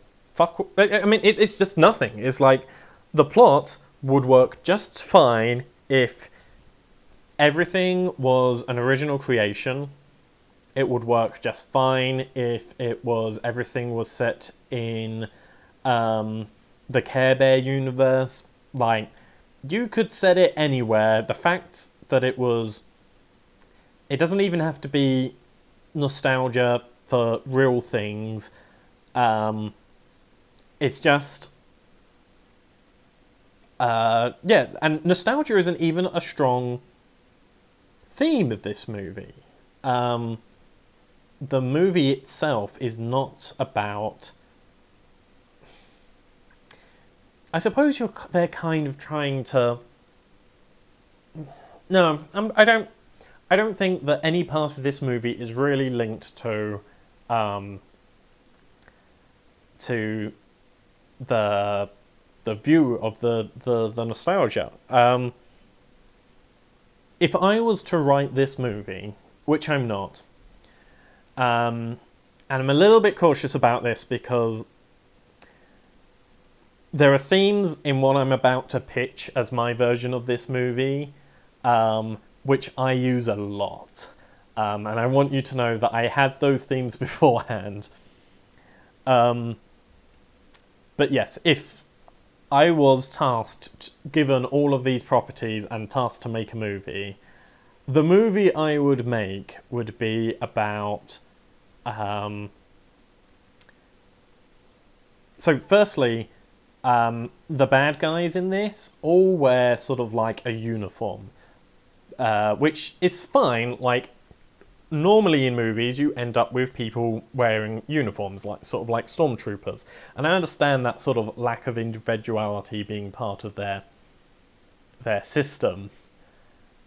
I think I would have had those people all playing, or all being played by, rather than having the uniform of the big bad company, I'd have think that as they know that pop culture references are important, I'd have had those guys have all of the everyone looking like, you know, they would all be racing Batmobiles and DeLoreans and things like that. And I would have them have visually all of the cool nostalgia stuff. And then our heroes, who have to fight against the corporation, I would have sold on the idea that they were creating original things. And there was an element of that actually having to happen in this film, because there was a level of sort of... They didn't want their main character to be Luke Skywalker, therefore they have an original avatar. But the idea that everyone else is wandering around as a character from something else, and these guys are the characters who make original art, but original art that is influenced by all of this media, I think that would have been a more interesting way to do it. And then those people having the nerdy references that the others don't, the idea would be that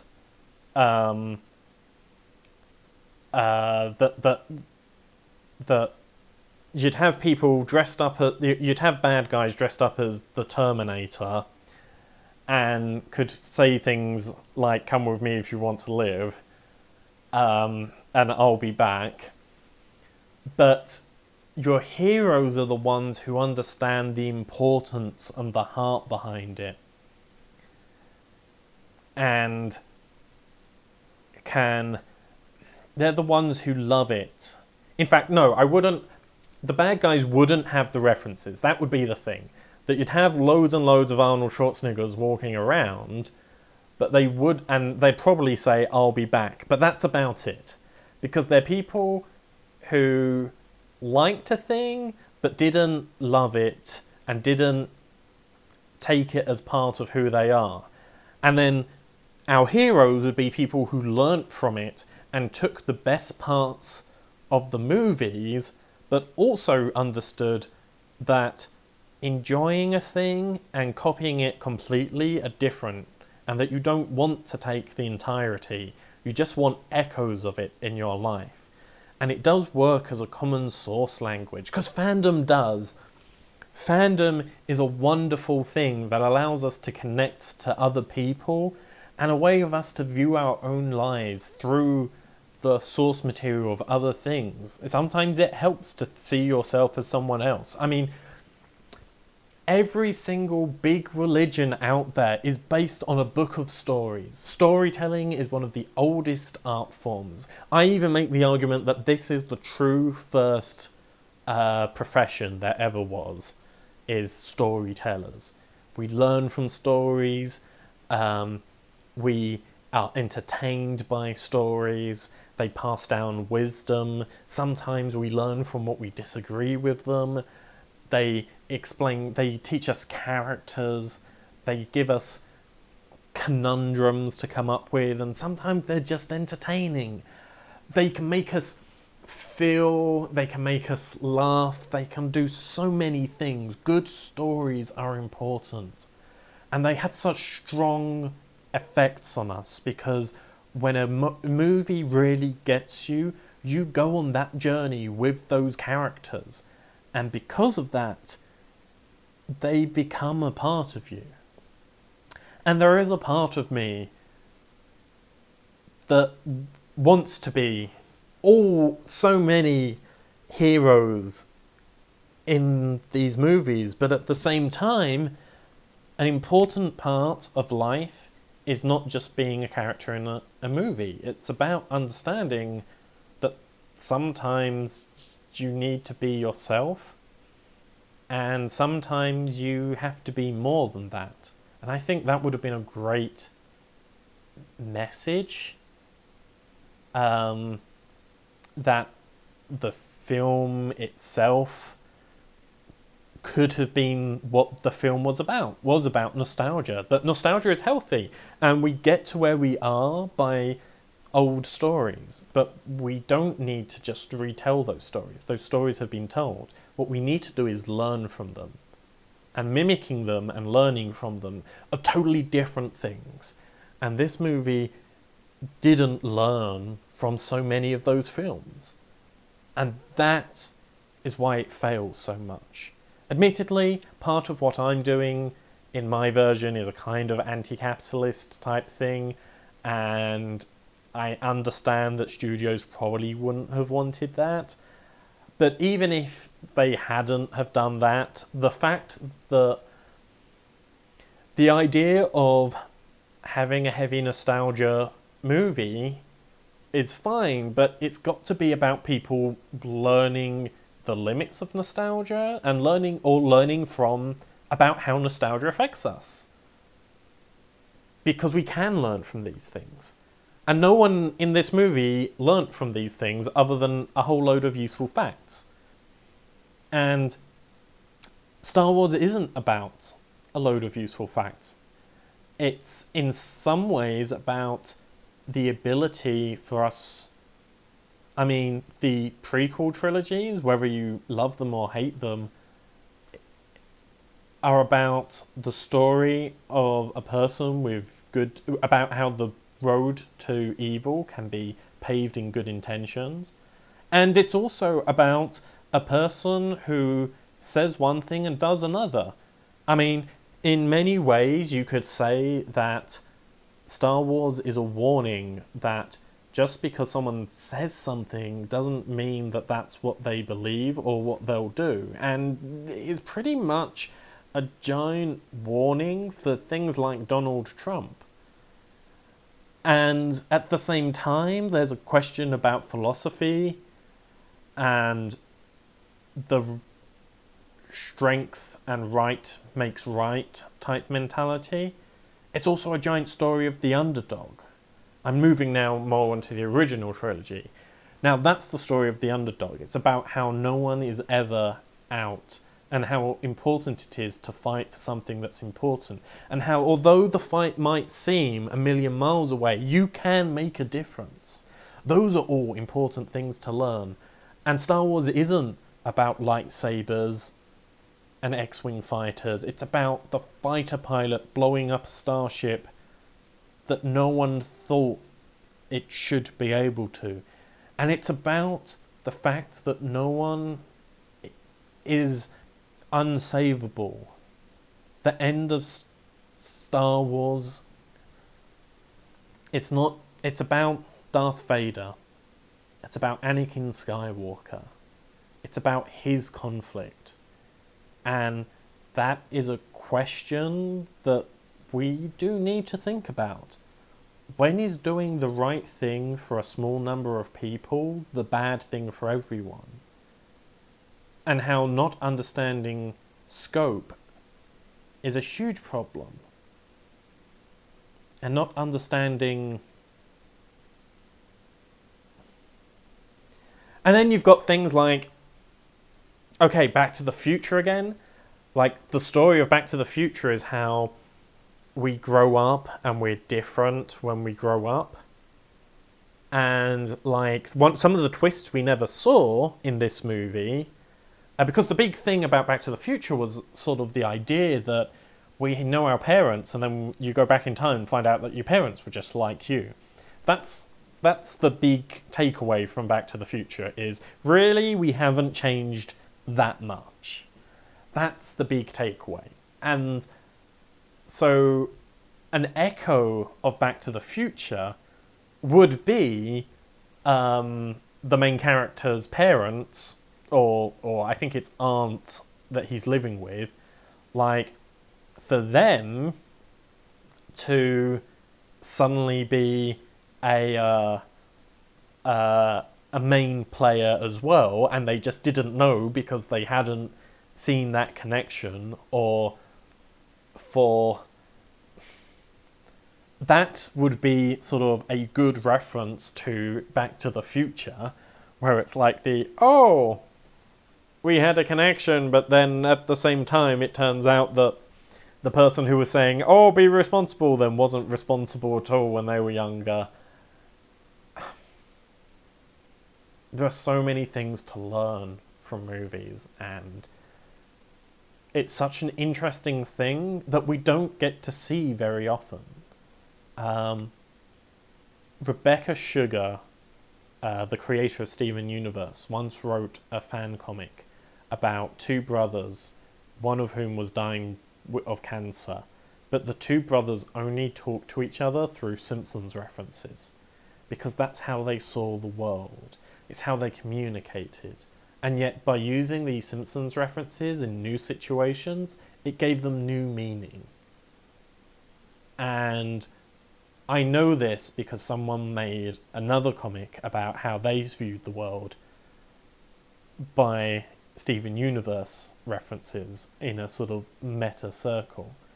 There is a lot to be said about learning from movies, and it's not a topic that has been touched on as much as you'd have thought it should be. And particularly for someone like Steven Spielberg, it would have been wonderful for him to see sort of how you need to learn from the movies. I'm going around in circles. That was a problem. I had a few minor problems as well. Like, there are a significant number of things that you look at and you're like, during the movie, and you're like, how on earth are they doing that in the real world if they actually control this with their body? People in the middle of the high street would suddenly just put on a headset and then their whole body controlled the whole thing, and that just didn't... There's a whole load of mechanic stuff that bug me, but again, I really could have let all of this slide if it had done the nostalgia thing well, and it didn't do the nostalgia thing well. And I think it could have been a great movie if it had talked to us not just about how wonderful nostalgia is, but how nostalgia shapes us and how we have to move beyond nostalgia. And it didn't do that either. It didn't even talk about the power of nostalgia. Like, whether or not it's accurate is an entirely different debate, but there is a version of Disney did a thing called a movie called Finding Mr. Banks, which is about Mary Poppins and Walt Disney getting the rights to make the Mary Poppins movie. And part of that movie is about the fact that our memories, it's better to remember the nice things than the bad things. And it's good that we remember the the good things, not the bad things, because it's better to have happy memories than sad memories. And you don't want everything to be, let's forget our history. But at the same time, it is sometimes better just to move beyond something. And by just taking the good things from a situation can be beneficial. Like, okay, take this for example. I like steampunk. I think steampunk is wonderful. And steampunk is entirely the overly friendlified version of history.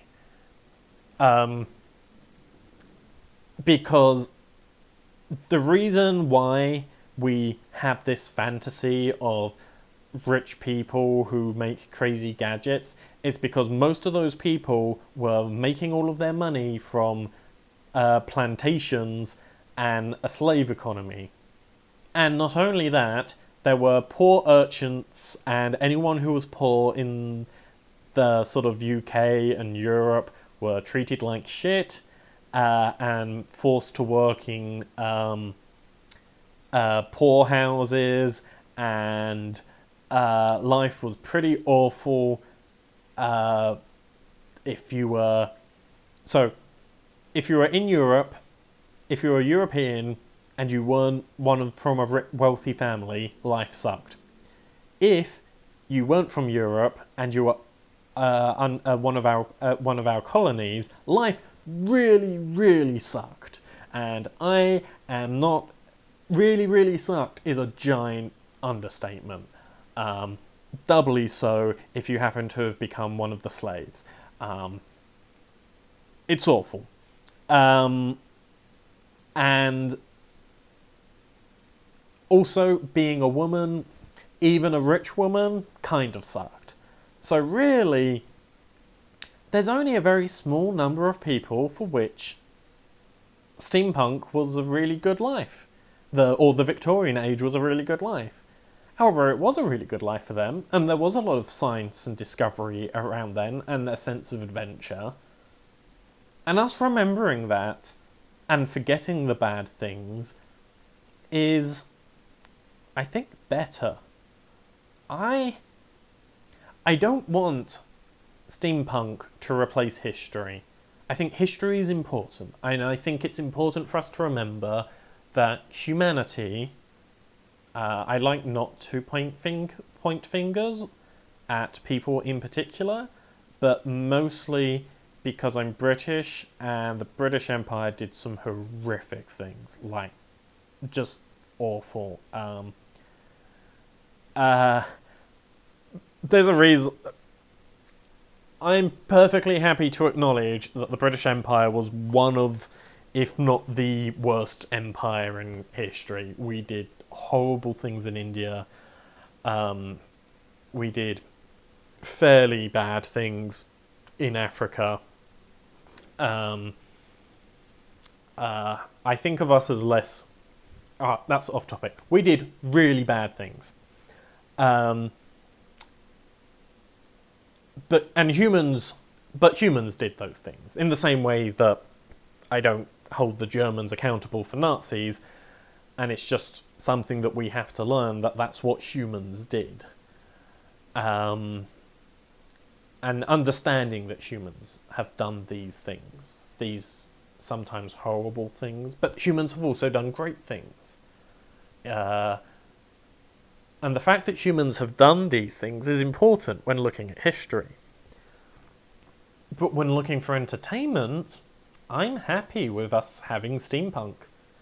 And I like us having female characters in steampunk going, sure, you can go off on an adventure, rather than, nope, you're a lady, so you're not allowed to vote, you're not allowed independence, you're not allowed to think for yourself.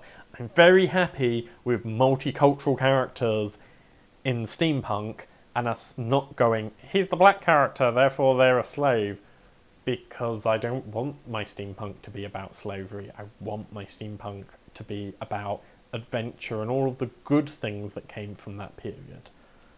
Because good things did come from that period. Whether or not it was worth the cost is a debate that I do not wish to have. But good things did come from that period. And horrible things were done. Both of those are facts. And I think how we view those things and how we remember those things is important. But that wasn't the theme of Ready Player One! No! That was buy loads of things and then shove it on the screen. That is my review. There was so much potential and so much stuff that you could have done with this.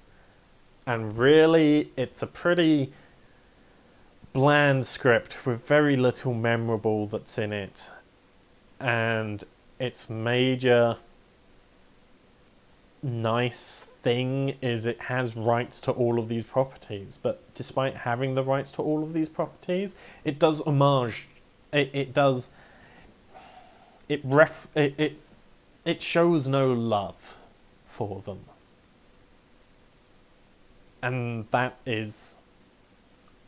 it's failing, and that is why you shouldn't go and see it, and you shouldn't buy it. Next, I'd like to talk about the term Metroidvania. Metroid has a very special place in my heart. When asked what is my favourite game, I will tell you it is Metroid. Every time. And I'm fairly confident that I have... It might not be my longest playtime for a game, but it's definitely the game that I have replayed the most and reach out to when I'm feeling most in need of comfort. It is a comfort game for me, which, considering it has such a eerie nature of loneliness, there is a certain comfort that I have from going back to this world time and time again. And the thing is I am a huge elitist when it comes to Metroidvanias. I hold Metroid on this huge pedestal, and I so rarely allow anything else to be... It's not that I have a problem with other people calling their other games Metroid or Metroidvanias, but for me, so few of them actually fulfill the same criteria. And I spend a lot of time thinking about why that is, and I came across a really interesting perspective, and it really made me want to look into what makes a Metroidvania. It's one of these really hard terms to define, because it's not... Games in general are often categorized by mechanics more so than feeling, I suppose. But at the same time, there is a level of feeling that comes from mechanics. Metroidvania is such a weird one because it's... I mean, at its heart, it is a reference to the fact that two games are very similar to each other. Even more confusing is the fact that the two games that are really the foundation of at least the term Metroidvania, are Super Metroid and Castlevania Symphony of the Night. And this by itself is confusing because Super Metroid is the third Metroid game. and really it's the third Metroid game in a list of 4 games. There have been 4 Metroid games, not including the Prime series or Pinball or any of the various spin-offs. Really, there have only been 4 Metroid games. Admittedly, it feels a little bit more than that because 2 of those games have been remade. But Super Metroid is the one where Metroidvania, where Metroid really became Metroidvania.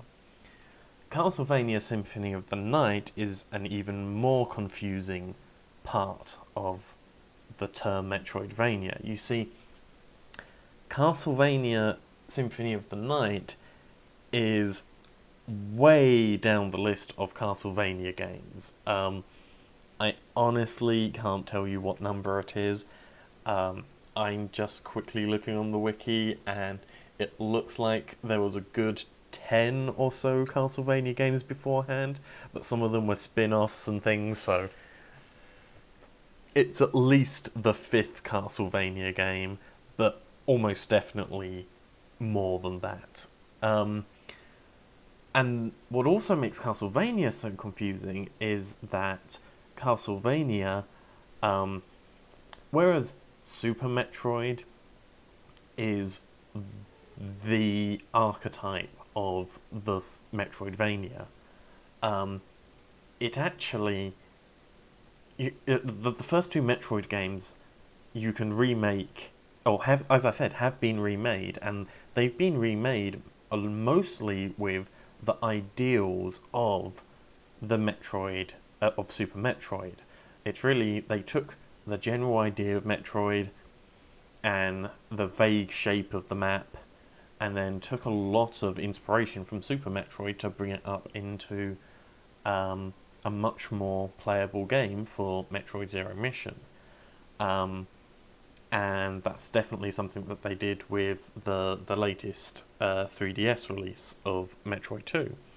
So, the thing is that although the first 2 games might not have been the real deal, they were close enough that it only took small changes to get them up to that level. Castlevania, on the other hand, is a very, very different game.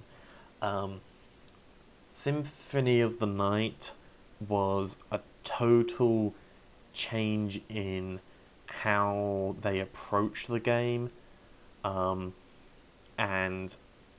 it was much more of a traditional platformer beforehand, and to suddenly sort of take it into this sort of new style, which very quickly got compared to Metroid. And that is where the term Metroidvania came from the fact that these 2 games were both very similar and both did were both very, very good games. And so that's sort of where it came from. But like I said, it's still very confusing because it's not even like it's one where you're like, not all Metroid games, and certainly not all Castlevania games. Metroid's a little bit easier because there's the Metroid line, and then there's the Metroid Prime line, and then there's other M, but we try and pretend that doesn't exist. Whereas Castlevania has been a little bit all over the place, from the 3D action version to the old classic, very straightforward platformer game, to the games that were much more in the Symphony of the Night. In general, I am totally going to mess up this name, but in general, the Castlevania games that are part of the Metroidvania games is the games by Koji Igarashi, and he himself refers to that type of game as an Egovania. Now, I'm fully aware of the irony of a person putting his own name into a type of game genre, and his name being ego, even though it's spelled IG. The comparisons to ego I find hilarious. But the thing is that one of the reasons he doesn't necessarily like being compared to Metroid is because he felt a lot of his inspiration came from the original Zelda. And and this is one of those interesting things, because it's such hard to define what makes a Metroidvania if he considers Zelda to be a Metroidvania. Then that really changes, what are our definitions of a Metroidvania. Zelda, the original Zelda, for those of you interested, came out at roughly the same time as the original Metroid. There was a few months in it, but they both came out in the same year. So, although Zelda did slightly beat Metroid to the punch, I don't think it was enough that either game was particularly inspired by the other. Okay, I feel I've now got far enough into this point of, where does the phrase Metroidvania came out, and yet I haven't really discussed what makes Castlevania, what makes the Egovanias and the Metroid, or in particular Super Metroid, similar to each other. So that's where we start to try and come up with what makes these games similar, what makes these games a genre by themselves. Now, I think I'm going to have to come up with a few different terms.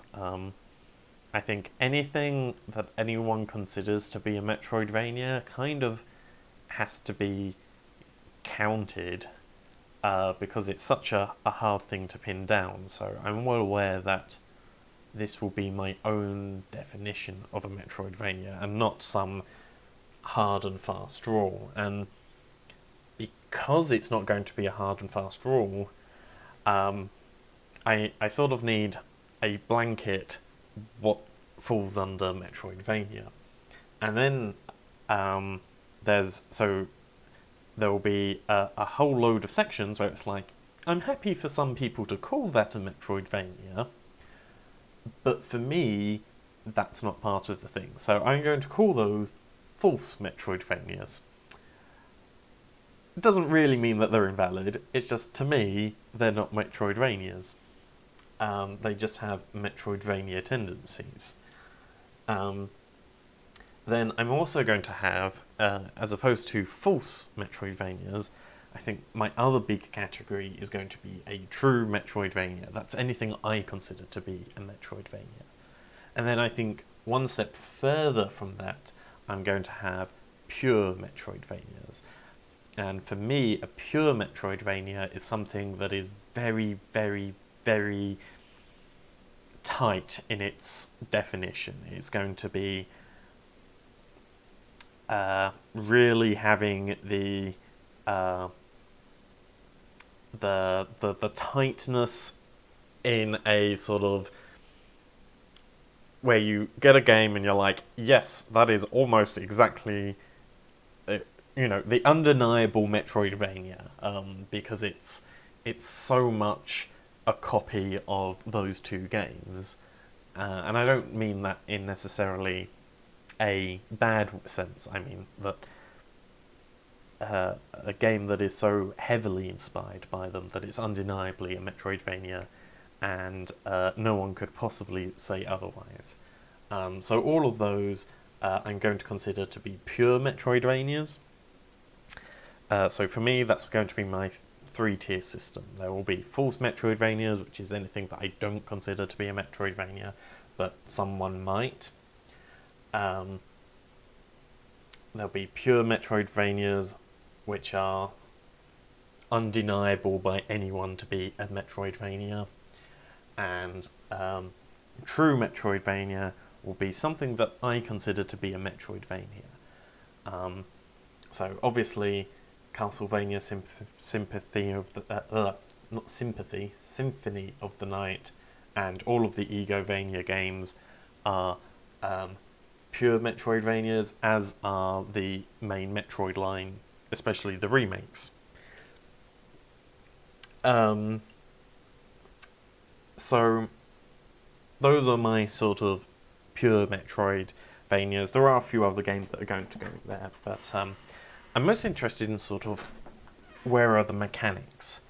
And some of it is interesting because some of the mechanics that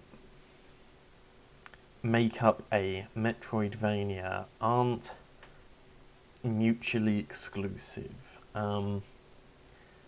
In that, okay, so both of these games are 2D platformers, but the thing is that being not all 2D platformers are Metroidvania games, and so it really does pose the question: is that a part of the game that is what defines the genre? And I'm not 100% sold that it is. I think if you want to be a pure Metroidvania game, being a 2D platformer is an important part.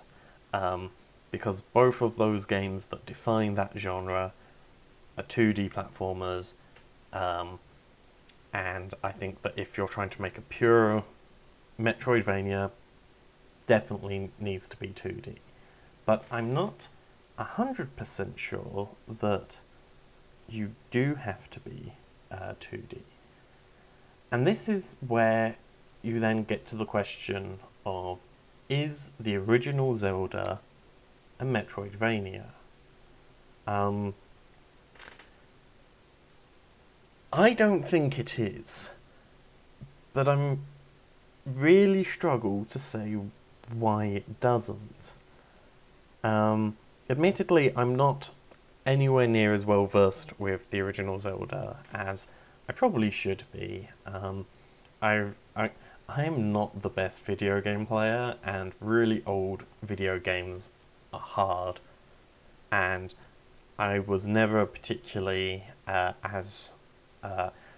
was brought up in a PC house. My dad was a PC based person, so we always had PC games, but we very rarely had games consoles. In fact, we only bought games consoles when they were a generation old, and for the most part I ended up playing a lot of Sega consoles when I did go for games consoles. So yeah, I mean, I think the Dreamcast and the PlayStation 2 was the first time I actually owned a console when it came out. So these games, which were before then, I would only ever get a chance to sort of see these games if they were on at a friend's house or something, because I just didn't have access to consoles at the time. So sorry, yes, that was my excuse for not really having played much of The Legend of Zelda. And then generally, I don't go back and play as many of the old games, mostly because a lot of them are way too hard for me. And I like to play my games on easy. That is a discussion for another time. But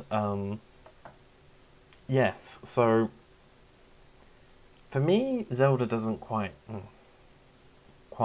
count. But trying to work out why. So one of the reasons I'm actually having this talk is I've just finished watching a group of videos where someone who runs the official Metroidvania website, which I only recently found out exists, goes through games that he considers to be the early precursors of the Metroidvania genre. Some of which I think are totally wrong. For example, Donkey Kong, as far as I'm concerned, not a Metroidvania, not even slightly. I mean, other than the fact that it's a 2D platformer and introduced sort of 2D platforming, um, other than that, I don't really think it's got very much in common with the genre. And one of the other things that he suggested was a precursor was the adventure game. In particular, he used Zork as the example. And the honest truth is I didn't actually have as negative a reaction to this. You see, a big part of the feel of Metroidvanias is that it's one location, and in particular, it's one location where everything is connected and all of your screens feel like they have real world space. And for me, that sense of exploration, which is a huge part of these Metroidvania games, because it is a location and you have to explore. And in fairness, like, adventure games have a lot of backtracking. In some ways, point and click adventure games are the entirely backtracking. It's entirely you get an upgrade and then you come back with your upgrade and then you can get through things. So in some ways, point and click adventure games are very much the foundation of the Metroidvania. And I find that really interesting. I don't think they are Metroidvanias because I feel like they don't quite capture the same spirit. But the fact that it has so much of those trademark parts, the sort of lock and key mechanics, the backtracking, and only being able to come back once you've got the correct item, is such a huge part of what makes the Metroidvania series. And it started to make me think, what does make a good Metroid, or not even a good Metroidvania, what makes a game count as a Metroidvania? So why is an adventure game not? And this one is a bit more tricky. I think action is part of, for me, something that I need to be a true Metroidvania. I think that I don't necessarily believe it has to be... I think you could make a Metroidvania which is about platforming but doesn't actually require combat. And there are some of those games out there which don't have combat in them. And I think that those games can be a Metroidvania, and I'm pretty happy with those games being classified as such. But I think there does have to be a sense of action, and that could be platforming puzzles. It could be just action in the way of combat, and without the trickiness of platforming. And it could be something else. Admittedly, a huge portion of video games, attacking people and jumping makes up most of what we actually make as video games. But yes, I do feel like there is an action part of what is important as a true Metroidvania. I do think that this sort of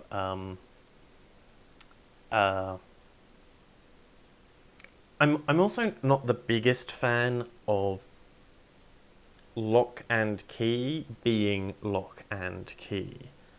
That's really confusing, so I'm gonna have to come up with a better way of saying that.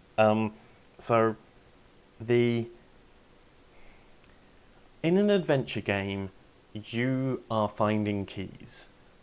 you don't necessarily know when you pick up an item what the key is for. Often because it's not actually a key. You know, you've picked up a beard, and you're like, well, I'm clearly going to have to wear this at some point. But at what point you might need to wear the beard, or what you might need to do with that lemon, you know, because you might need to use it as a battery, or maybe you've got a lemon and you need to make lemonade. That's what people do when they get given lemons. Or maybe you just trade it. Maybe you use it to turn something acidic, or neutralizes some alkaline solution. I don't know. It's like you get a lemon and you're like, I have no idea what I'm going to do with this lemon. And but the thing is that you don't really end up using that lemon for more than one thing. You're only going to use it to solve one problem, and often a problem only has one solution. I don't think having one solution is necessarily a deal breaker, because there are lots of situations in games that I consider to be Metroidvanias where it is a lock and key system. Any door that only opens when you have hit it with a certain item is definitely a lock and key system. However, the keys, I like having a key that can be used for multiple locks. It should only be able to be used. So the lock, I'm pretty happy for a lock to only accept one type of key. But if I have a key, I like the red. Once I've got a red key, I can open red locks, and it can't open blue locks. It can only open red locks. And then you've got to find the blue keys if you want to open those. I think that's important because there is a level of experimentation and sequence breaking that only can really come from the idea that the thing with adventure games is they kind of are linear, and although you can slightly do things in different orders, you can't totally change the pattern of what you're doing, because at some point you need to follow all of the paths to reach to the end of the conclusion.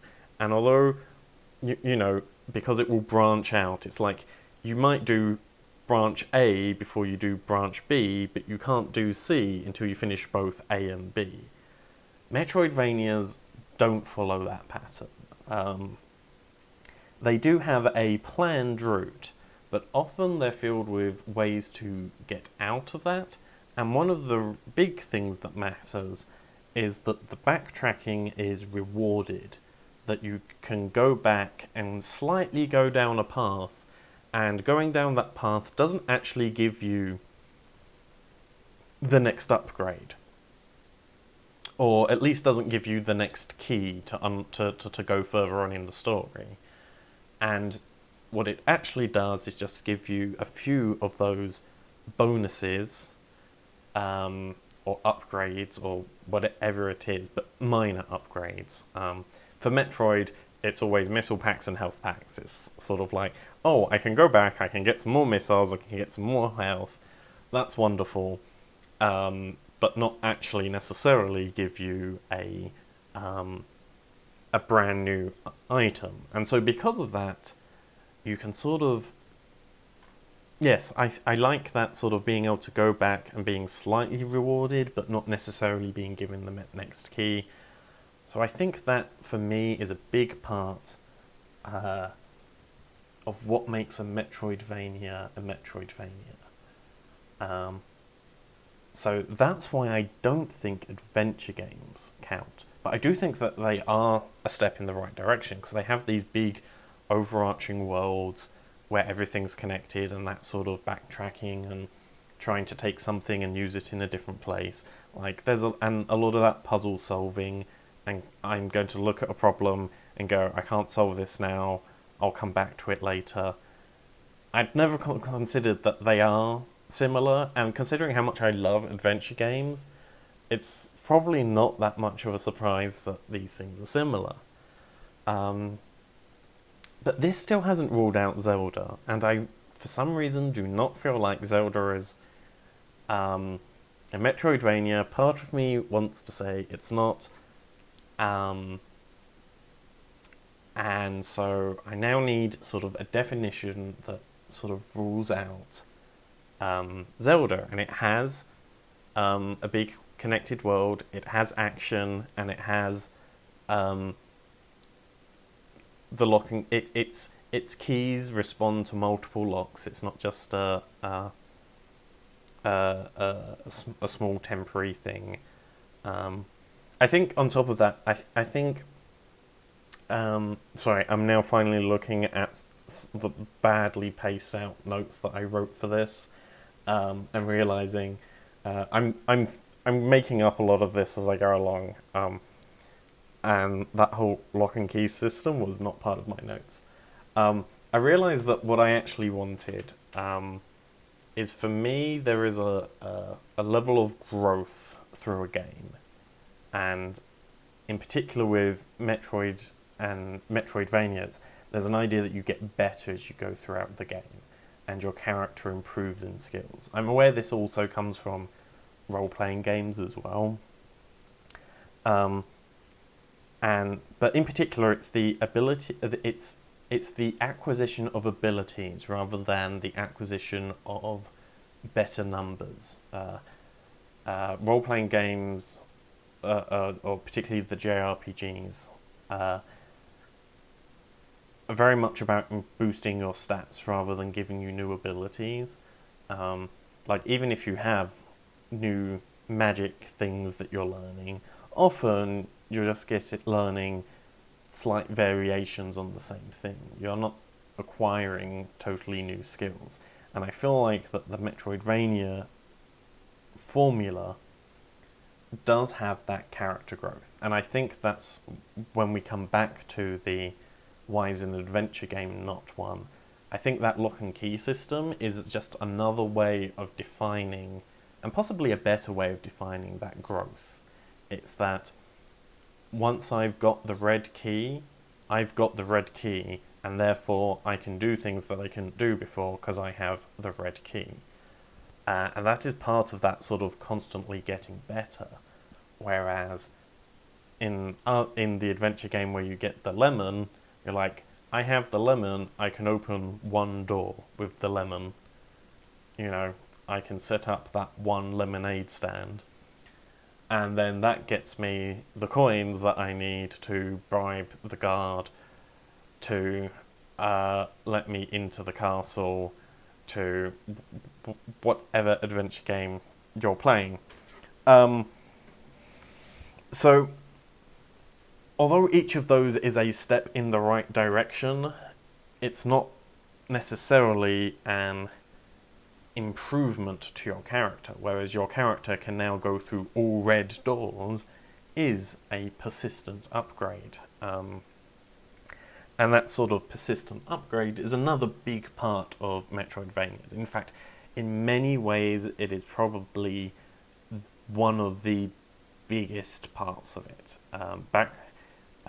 Backtracking and persistent upgrades are probably the two biggest cornerstones. So yes, that is sort of another step on from that.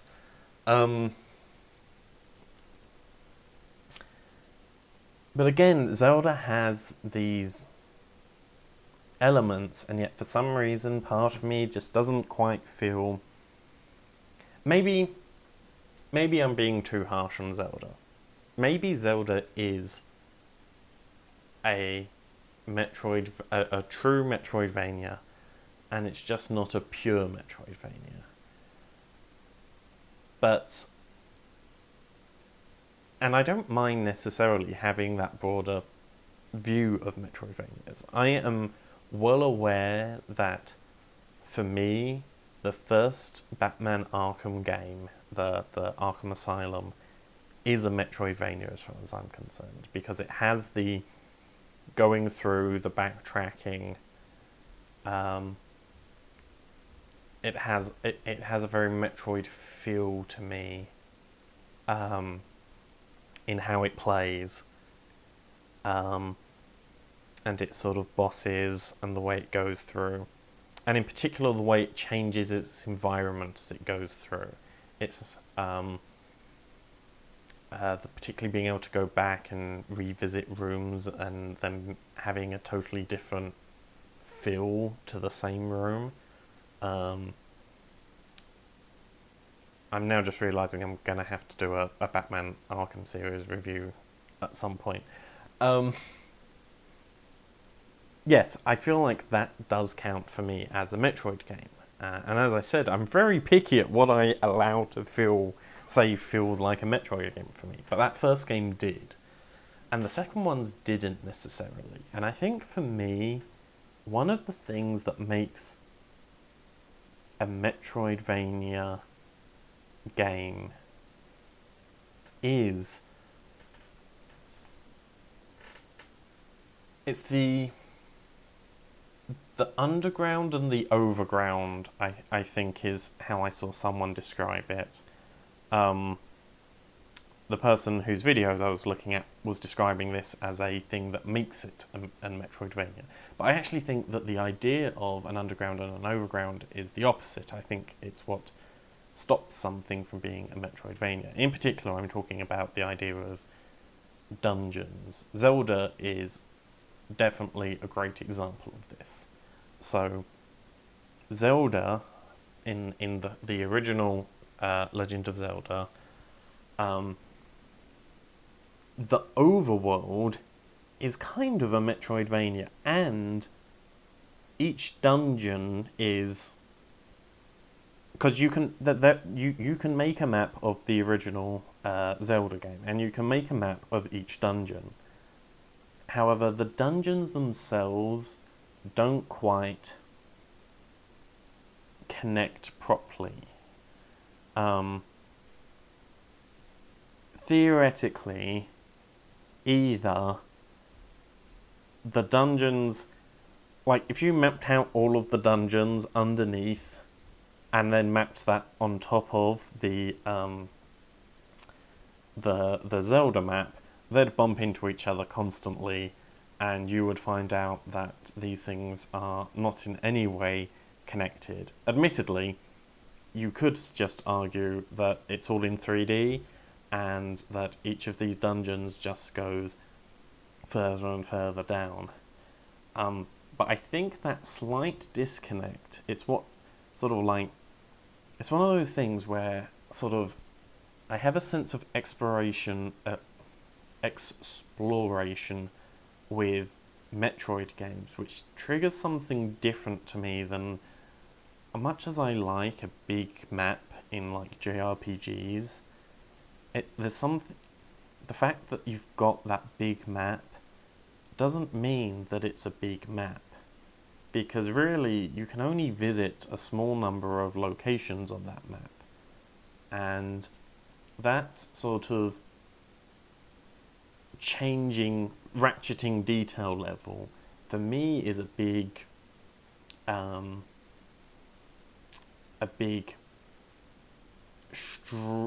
constraint that stops something from feeling like a Metroid game or a Metroidvania. That having been said, I do regularly let both Castlevania and Metroid get away with this. So this one's not actually a hard and fast rule. I actually really like Metroid Fusion, which is the fourth Metroid game and the last game in the series. Also, the first Metroid game I ever played, which was technically the last game in the last game in the series. Not by design, just we haven't got around to making a Metroid 5 yet. We've gone back and remade 1 and 2 instead. And it wasn't like that happened quickly either. Sorry, I'm getting off topic. So, Metroid 4 does have basically little levels. It's all based on a spaceship, and you sort of start in the main section, and then you can go to each of the smaller sections by elevator. And admittedly, you can, at the end of the game, connect all of the other areas. So it kind of breaks that rule in that it does subcategorize everything, but then it links everything all up. But you kind of also have to... You don't totally have to sequence break. I think if you don't sequence break, you do make a few of those connections, but there are a large number of those pods that only connect when you really pay attention to it. So I can understand someone saying that that's subcategorized. One of the Egovania games where you have magic tattoos is all set in different areas, and sometimes that doesn't feel like a Metroidvania. Like, occasionally you'll just have a long section that you walk down and fight enemies, in which case it feels like Castlevania, the original Castlevania, but does not feel like Symphony of the Night, which is sort of what the Egovania and what we're aiming for. However, it does have sections where it will go into castles or giant old manors and things, and then it feels just like a Castlevania. So having separation isn't necessarily a deal breaker for me, but I do think it needs to have that sort of... I'm not a huge fan of that shifting scale, particularly. I find that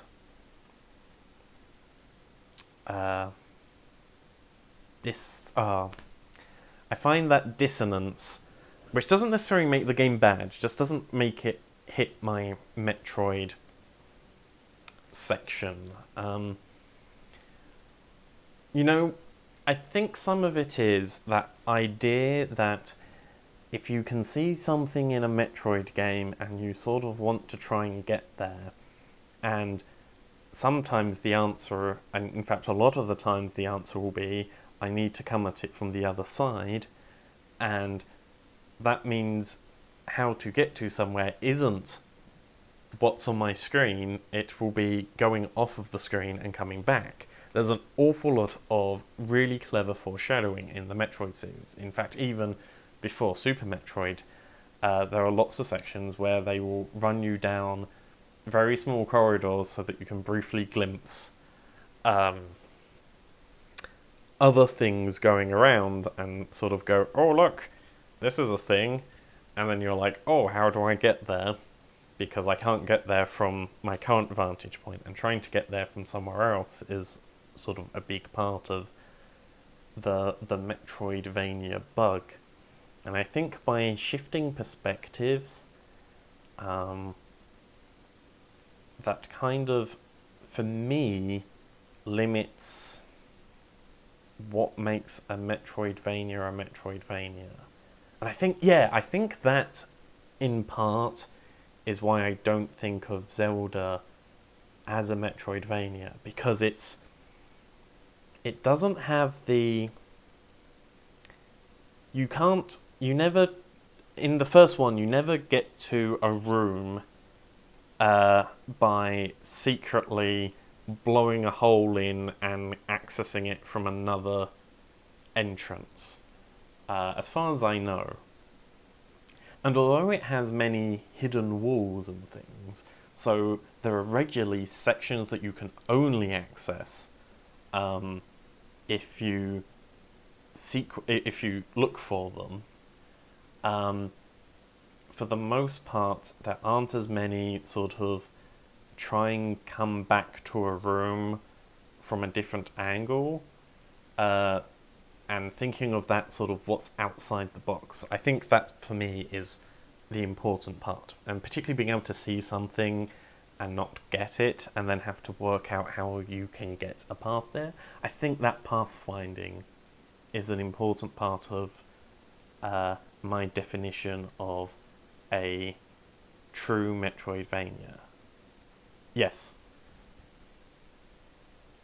I'm really happy. I think that's my big one. So, yes, I feel like for me, to be a true Metroidvania, you need that pathfinding. Pathfinding, I think, is a foundation.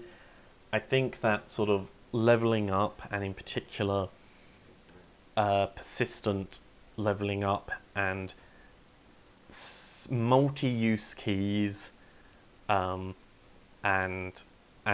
in that case, it meaning a key that can open multiple locks, but also you get double points if, like most of Metroid in particular, like even when it's like, so I keep using the red key as an example, but in Metroid you don't actually get a red key. Well, you do in Fusion, but ignoring Fusion, you don't often get a red key. What often happens is you open red doors by using missiles, but missiles is also an upgrade to an ability. And the way that abilities upgrade and build on each other, for me, is a huge part of the growth part of Metroid.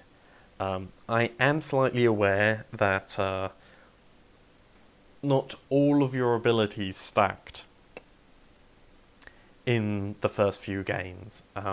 It wasn't until Super Metroid that the abilities really stacked, because you used to have sort of you could acquire multiple beams, but you actually had to choose which beam you wanted, rather than your beam has all the properties. And I think that was definitely one of the smarter moves with Super Metroid. I will do a much better breakdown of Metroid and Castlevania at some point, probably multiple extra podcasts. But yes, so we managed to work out that for me it's about the pathfinding, and it's about because the sense of discovery and exploration is, for me, the real part of what makes Metroidvania. I do think it needs to have action, because I think that is a part of the game, though I'm not set in what that action is. I want the progression, and I think that's most of it. Admittedly, if you want to be a pure Metroidvania, you do have to be 2D, and preferably that one map, but where everything is connected.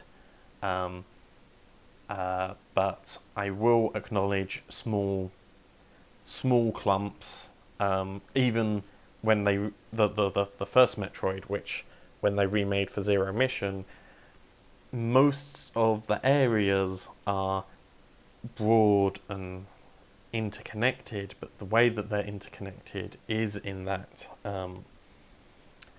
that path of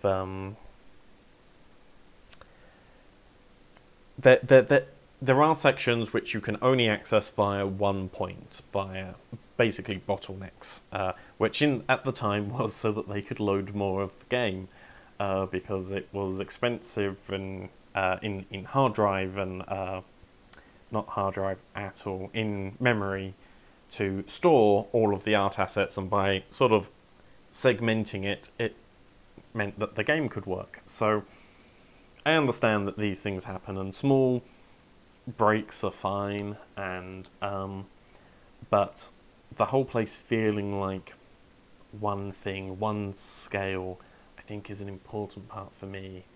And yeah, I'm not entirely sure I covered everything there, but I certainly covered a lot. I do think it's a hard thing. I know that you might have a different view of what makes a Metroidvania. For me, I do think that I grew up much more. Like, for me, I actually came to the Metroid series late, and for me, I really was the sort of what was I brought up on, and the nostalgia is actually more from things that learnt from the Metroidvania series, and they were the 3D platformers.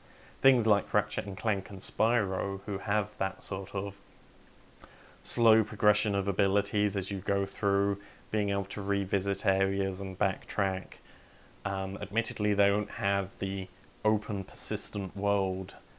And as I said, like the Batman Arkham line is one of my favourite Metroidvanias, and I totally understand why someone might not consider that to be a Metroidvania, because I do understand there is that pure vision of it's a 2D world, and you could equally argue that all of those have that sort of sub-categorization rather than sort of one world. Particularly Ratchet and Clank and Spyro very much have levels feel like levels, rather than everything's connected. The Batman Arkham series sort of has that everything feels a lot more explorable. Arkham City and the other Arkham games, I feel, step a little bit away from that, because they go for that open world game. A lot of the time you end up with, this is a building that I can't go in, and therefore there's an inconsistency in the detail of a lot of these levels, and so that's one of the reasons why the first game feels to me like a Metroid game, and I don't feel like a lot of the following ones are. But yes, thanks for sticking with me. There will be a lot more on this topic. Like at one point I did mention that the guy who created the Castlevania series defines his type of game as an Egovania and not a Metroidvania, and I, at the very minimum, have a talk based on what's the difference between an Egovania and a Metroidvania. I will undoubtedly do a sort of brief history of the Metroid games and my opinions on them. And I'm feeling I'm probably going to have to do one on the Arkham series too now. And that's our show for the day. In fact, given how long this is, you probably not the same day that you started it. If you did, well done you.